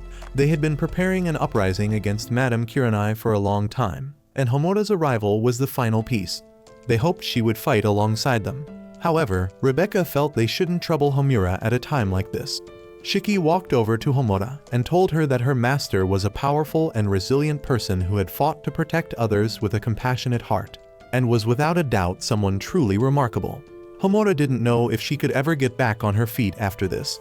Shiki said the pain would pass with time, but Homura didn't believe it. Shiki shared that when his grandfather died, he was devastated too, but thanks to his friends, he had made it through. He reminded Homura that she also had friends by her side and encouraged her to keep moving forward, then walked away to give her space. Meanwhile, Madame Kirini's forces had locked onto the labor district and begun activating their attack systems. Nino tried to protest, pointing out there were tens of thousands of people there, but Kirini didn't care. She dismissed them all as worthless and didn't see Valkyrie as a savior at all, only as a tool she had used to gain power. At that very moment, Shiki burst in, demanded to know about Kirini, and declared he would bring her to Homura, the daughter she had abandoned. Kirini appeared surprised but remained cold, showing no interest whatsoever in her own daughter.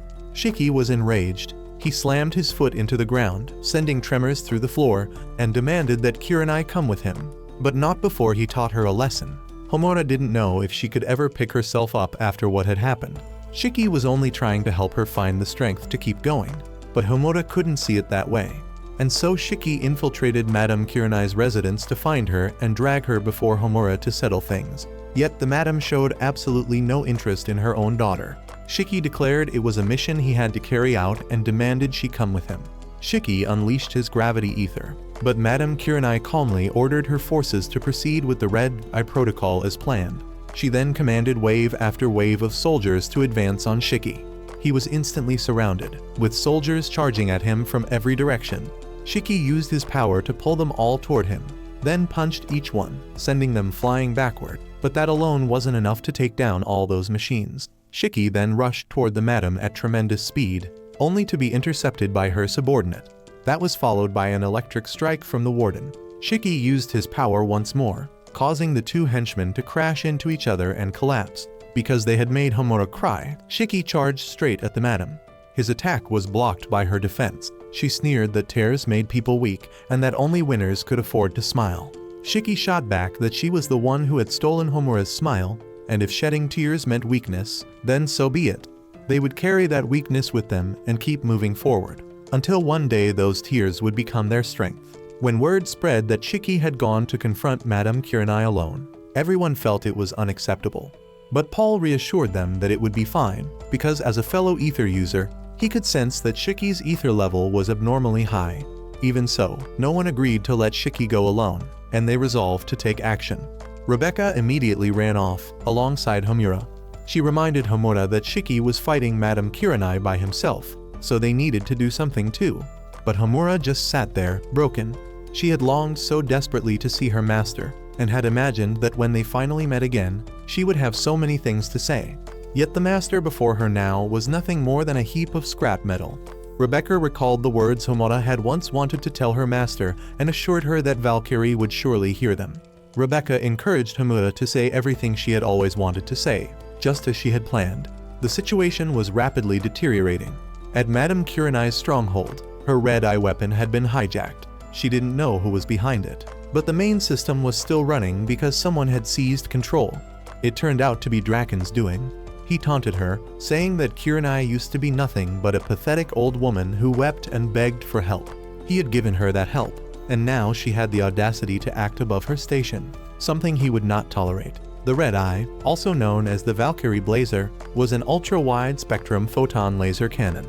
Letting such a weapon serve as a toy for an old woman was a complete waste. This was a device capable of mobilizing and striking at any moment, certainly not something to be toyed with.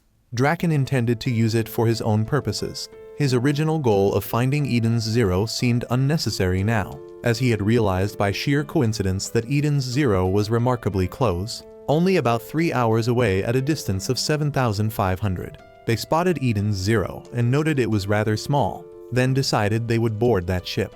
Back in her quarters, the madam was still seething. She declared she would destroy everyone causing trouble. She ordered the Iron Maiden to be deployed, but it hadn't been fully completed and needed more time to fix. She didn't care. As long as it could be launched, that was enough. She then ordered her forces to the labor district to crush the rebellion. She wanted every last person who opposed her dead, including Homura. Shiki could not stand for that. Moments later, a massive robot called the Iron Maiden appeared before Shiki. Kirini climbed inside and decided to deal with Shiki first before turning her attention to Draken. The robot threw a punch that sent Shiki flying thousands of meters. People throughout the city panicked and fled. This was the might of the planet's most powerful knight. Shiki launched himself at it but couldn't make a dent. After that, Madame Kirini's forces began their assault on the labor district. Rebecca's group also sprang into action. Rebecca would protect Homura and Valkyrie while the others handled the rest. Happy transformed into an ether weapon, ready for battle. Homura used Happy to fire shot after shot. Every blast took down an enemy because although they had ether shielding for conventional defense, their resistance to ether itself was extremely low, making Happy blast devastatingly effective. Everyone sensed an enormous surge of energy approaching. It was a high-speed fighter, a member of the Three Sinners. He had been sent to suppress the labor district because prisoners were not allowed to rebel. Just as Homura was about to be struck, the professor appeared in the nick of time, though in the form of a bizarre robot. Meanwhile, Shiki was still struggling against the other robot. He couldn't counterattack and was stuck on the defensive. The robot landed a blow that knocked him out of his cover, then unleashed a barrage of cannon fire. Shiki was being pushed back relentlessly. He reminded the madam they were in the middle of the city, but she couldn't have cared less. When a billboard was about to fall on civilians, Shiki caught it and hurled it back at the robot. The madam remarked that his strength was quite interesting, but wondered how long a human body could endure such weight. Back in the labor district, Rebecca and the professor were still bantering about justice. The professor declared he would punish evil, but before he could finish his sentence, he was attacked. Up on the ship, Sister was furious because she couldn't reach anyone on the planet. Sister found Rebecca absolutely adorable and cared about her deeply. Even Sister's screens were filled with pictures of Rebecca. The professor's special armor had been designed and completed by Hermit, capable of unlocking his full ether potential. Using his bracelet, the professor could activate commands. Sister ordered the professor to bring everyone back safely. He immediately powered up the cannon and prepared to attack. Rebecca was amazed that he could use his abilities to calibrate the armor in real time. He fired a devastating shot, and Pino exclaimed at how powerful it was. The enemy was extremely confident in his speed, but that also happened to be the strong suit of the robot the professor was wearing. The enemy's attacks were completely ineffective because the professor's armor was coated with an anti-ether layer. However, the professor's ether levels had dropped sharply below 10%, and the robot would shut down in 30 seconds. The countdown began. The professor was about to be attacked. He realized how dire the situation was and hadn't expected he would need to expend so much of his personal ether. Rebecca also noticed the professor had suddenly slowed down and detected that his performance was declining. It seemed the armor still needed improvement, but the final 10 seconds would have to be enough. The professor channeled every last bit of his remaining power and transformed into a super robot, determined to make this enemy his first trophy. He unleashed a relentless flurry of punches. The enemy was defeated. His ether dropped to 0 and the robot system officially shut down. Everyone who witnessed it was stunned. The armor vanished, and the professor returned to his original form, but his clothes had vanished along with it. After that powerful display, every piece of clothing on the professor's body had disappeared. As the robot dissolved, he was mortified and begged Rebecca to give him something to wear. Rebecca was worried everyone would see her underwear, but then she remembered that the old thief had already stolen it earlier. She crouched down in embarrassment and muttered that she was going to kill that disgusting old man. With no other option, the professor had to use Pino as a makeshift cover. Pino found herself in an incredibly awkward position.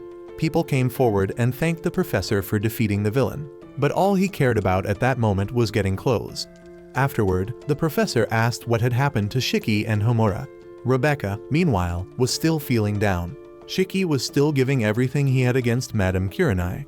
She was confident she would crush him. Shiki had fought with all his might, but couldn't make the robot any lighter. His power was gravity ether, but the robot was coated in an anti-ether layer. The robot then pressed him down into the ground, but what lay beneath turned out to be the labor district. If he couldn't make the robot lighter, Shiki decided to make it heavier instead. He wrapped his arms around the robot and dragged it down. Its engine was destroyed, but the frame remained intact. Madame Kirini approached Homura and suggested Shiki was still hoping for a touching reunion. Shiki didn't care about that. He said he was simply carrying on Valkyrie's will. The madam couldn't understand why anyone would inherit the will of a dead robot with no heart. She dismissed it as something only fools would believe in. Shiki replied that if adults like her truly understood the world, they would have made it a better place, and then he slammed his fist into the robot. He punched through the anti-ether coating by reversing the force and cutting off his ether at the moment of impact, sacrificing his own hand in the process. Shiki told the madam that she had failed to make the world any better, and if she needed proof, she only had to look at the labor district. In the changing room, Rebecca told the professor the whole truth. He had no idea how to face everyone after hearing it. The professor was deeply worried about Homura, but knew he had to focus on the situation at hand. Rebecca mentioned the outfit was comfortable, but since her ether was depleted, she needed to rest. That was when the professor realized the door wouldn't open. They checked and found that every weapon storage room and every exit had been locked. A figure appeared and announced that all the weapons here were under his control, and if Rebecca cooperated, no harm would come to her. It was Nino. He explained that he had only locked the armory to prevent the weapons from being used, but doing so meant no one could fight back. Rebecca believed Nino was a good person, but he revealed he was working for Madame Kirini to save the universe. Rebecca couldn't understand why he would sacrifice innocent lives. Nino insisted that everyone here was a criminal, but Rebecca didn't buy it. He said it was the law set by Madame Kirini and no one could defy it. However, since Rebecca wasn't from this place, he wanted her to stay put until everything was over, and then he would let her go. Rebecca refused. She wanted to bring weapons to the people who were fighting so they wouldn't be slaughtered. Left with no choice, Nino transformed. He was one of the three sinners. His arms were composed entirely of ether. Rebecca said she didn't want to fight him, but he argued that if she didn't fight, she couldn't save the universe. The professor tried to force the door open, believing he still had enough strength. Pino analyzed Nino's arms and confirmed they were made of ether. Nino intended to end the fight with a single blow. After he threw his first strike, Rebecca knew that even one hit would be more than she could handle. She tried using her gun, but it was useless. As his ether arm closed in on her, something felt strangely familiar, as if she had experienced this before. She recalled the previous battle against an opponent who dominated in both speed and power. Rebecca was knocked down, but then she realized something. At that same moment, Shiki was still locked in combat with Madame Kirini and decided to rip her out of the robot and bring her to Homura. The madam couldn't believe someone would dare use such a method to destroy the Iron Maiden. Rebecca began to understand that Homura and Valkyrie would never be able to meet again, and she had unconsciously created an opportunity for them to share one final moment together. She felt a new power awakening within her. An ether mark appeared on her legs as all her ether surged downward. Rebecca rose to her feet. She hadn't been defeated. She had only stepped back. The professor also sensed Rebecca's ether. She didn't know what this power was, but she chose to trust it and press forward. Rebecca then delivered a devastating kick to Nino. She declared that she would save everyone on this planet. The blow connected. Afterward, Rebecca flashed a mischievous grin. Even Nino had to acknowledge that Rebecca was formidable. Rebecca credited it to all the training she had put in. The door was finally opened. Rebecca told the professor that she had awakened her own ether gear, granting her the ability to move at extraordinary speed. She also knew she had only just begun to tap into this power. Someone remarked that a power like hers could potentially destroy everything. In the labor district, the battle raged on. The sounds of combat snapped Homura back to her senses, and she realized she couldn't stay broken forever. She needed to protect her friends, just as Shiki had said. She had to stand up and keep moving forward. But the moment she tried to rise, her entire body went rigid and all her strength was gone. The warden approached and told her she had absorbed a massive amount of paralytic agent from his body. From fast-acting to slow-release compounds, all of it had seeped into her system, and from now on she would be unable to move. He also expressed surprise upon learning that Homura was Madame Kirini's daughter. He then walked over to Valkyrie's remains and asked about the relationship between Valkyrie and Homura. Seeing this, Homura immediately erupted in fury, forbidding him from laying a hand on her master. He declared that Valkyrie's body was a symbol of rebellion and deserved to be destroyed, yet at the same time, he admitted that Valkyrie was extraordinary. If given the chance, he wanted to be the one to finish her off himself. Without another word, the warden severed Valkyrie's head right before Homura's eyes, wearing a deranged smile. All he wanted was to see the look of utter despair on Homura's face for his own twisted satisfaction. At that moment, the power within Homura began to awaken.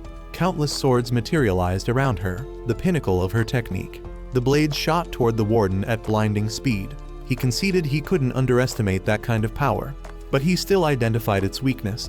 He bound Homura's hands, causing every sword to freeze in midair. He forced her head down and declared he would personally destroy everything. Homura murmured that it felt as though Valkyrie's swords were guiding her. The warden then noticed that Valkyrie's own sword had vanished. It turned out Homura had conjured all those blades solely to dislodge Valkyrie's sword, and it had flown straight into the warden's heart. Once again, her master had saved Homura. Rebecca and the professor rushed over. They saw that Valkyrie had been beheaded and Homura was bound. Homura realized that she had been saved by her master, by Rebecca, by Shiki, and by everyone. They were the ones who had given her the strength to stand again and keep moving forward. And from now on, she would always be strong, because she knew she was never alone. Her friends would always be by her side. Homura had defeated her enemy, and once again her master had saved her. Shiki was still locked in battle with the Iron Maiden robot. Madame Kirini realized Draken was closing in and decided she had no time to waste on someone like Shiki. She pushed the robot's power to its absolute maximum to prepare for the coming threat. The robot spun around and launched a relentless assault on Shiki. She was merely buying time until she could lock onto him. Then she opened fire, ready to shoot. Shiki tried to dodge, but she insisted it was pointless because her attacks never missed their target. Shiki decided to pull the robot toward a building and hurl it away. But even though he thought he had destroyed it, the robot kept pursuing him, declaring it would not stop until it reached its target. Understanding this, Shiki climbed on top of the robot. The madam scoffed, saying it was useless because the attack would always track its target, and the Iron Maiden's armor was indestructible. But Shiki wasn't trying to dodge. He harnessed the force of the attack to amplify his own power. Then he channeled all of that kinetic energy into a single punch. The madam couldn't comprehend how Shiki was able to concentrate all his strength into one point. Shiki activated his ability and unleashed the decisive blow, obliterating the robot completely. Madame Kirini couldn't believe someone like Shiki was capable of such a feat. Then Shiki appeared right before her. All the punishment systems also shut down. It turned out Nino had deactivated them for the sake of everyone. Homura apologized for not joining the fight sooner. Rebecca told her it wasn't her fault. Then Shiki returned and fulfilled his promise to Valkyrie by bringing Madame Kirini before Homura. This was the moment mother and daughter were reunited. The people wanted revenge for Valkyrie and everything Kirini had done, but they chose to let Homura decide, since Shiki was the one who had brought Kirini here, and Homura was both Kirini's daughter and Valkyrie's disciple. She had the right to determine Kirini's fate. Everyone hoped Homura would make the right decision, but they would respect whatever she chose. Madame Kirini began begging for mercy, saying Homura looked just like her when she was young and trying to play the loving mother. She admitted she had made mistakes, but claimed she had always thought of Homura. Homura took out the doll she had carried with her since childhood, the only thing connecting her to her mother. But Kirini didn't remember it at all. That proved the bond between them had been severed long ago. Homura no longer hesitated. She realized that the people who had died because of Kirini must have felt the same despair. She drew her sword, but not to kill. When Kirini assumed Homura would forgive her, Homura said she had no such intention. She knelt and expressed gratitude for being brought into this world, but told Kirini she felt nothing for her. The person she needed was not her birth mother, but the one who had truly loved her. To Homura, Valkyrie was the one she loved. Though they didn't share the same blood and Valkyrie was only a machine, Valkyrie was her real family. And so Homura held no anger or pity for Kirini. She simply asked her to leave and never involve herself in her life again. Kirini turned and fled, but was immediately stopped by the people she had once wronged. This was the consequence of everything she had done.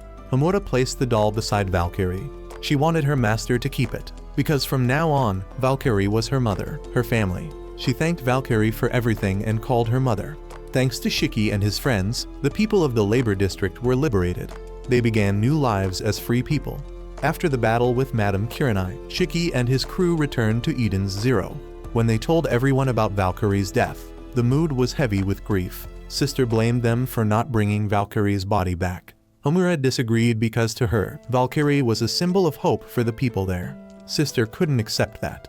She wanted Valkyrie brought home because this ship was where she truly belonged. Sister believed that if given the chance, she could heal Valkyrie. But then she remembered that all mission data was stored and it might be possible to recreate Valkyrie from that data. However, doing so would mean the result would no longer be the Valkyrie they once knew, which explained that neurotransmitters like dopamine could not be replicated.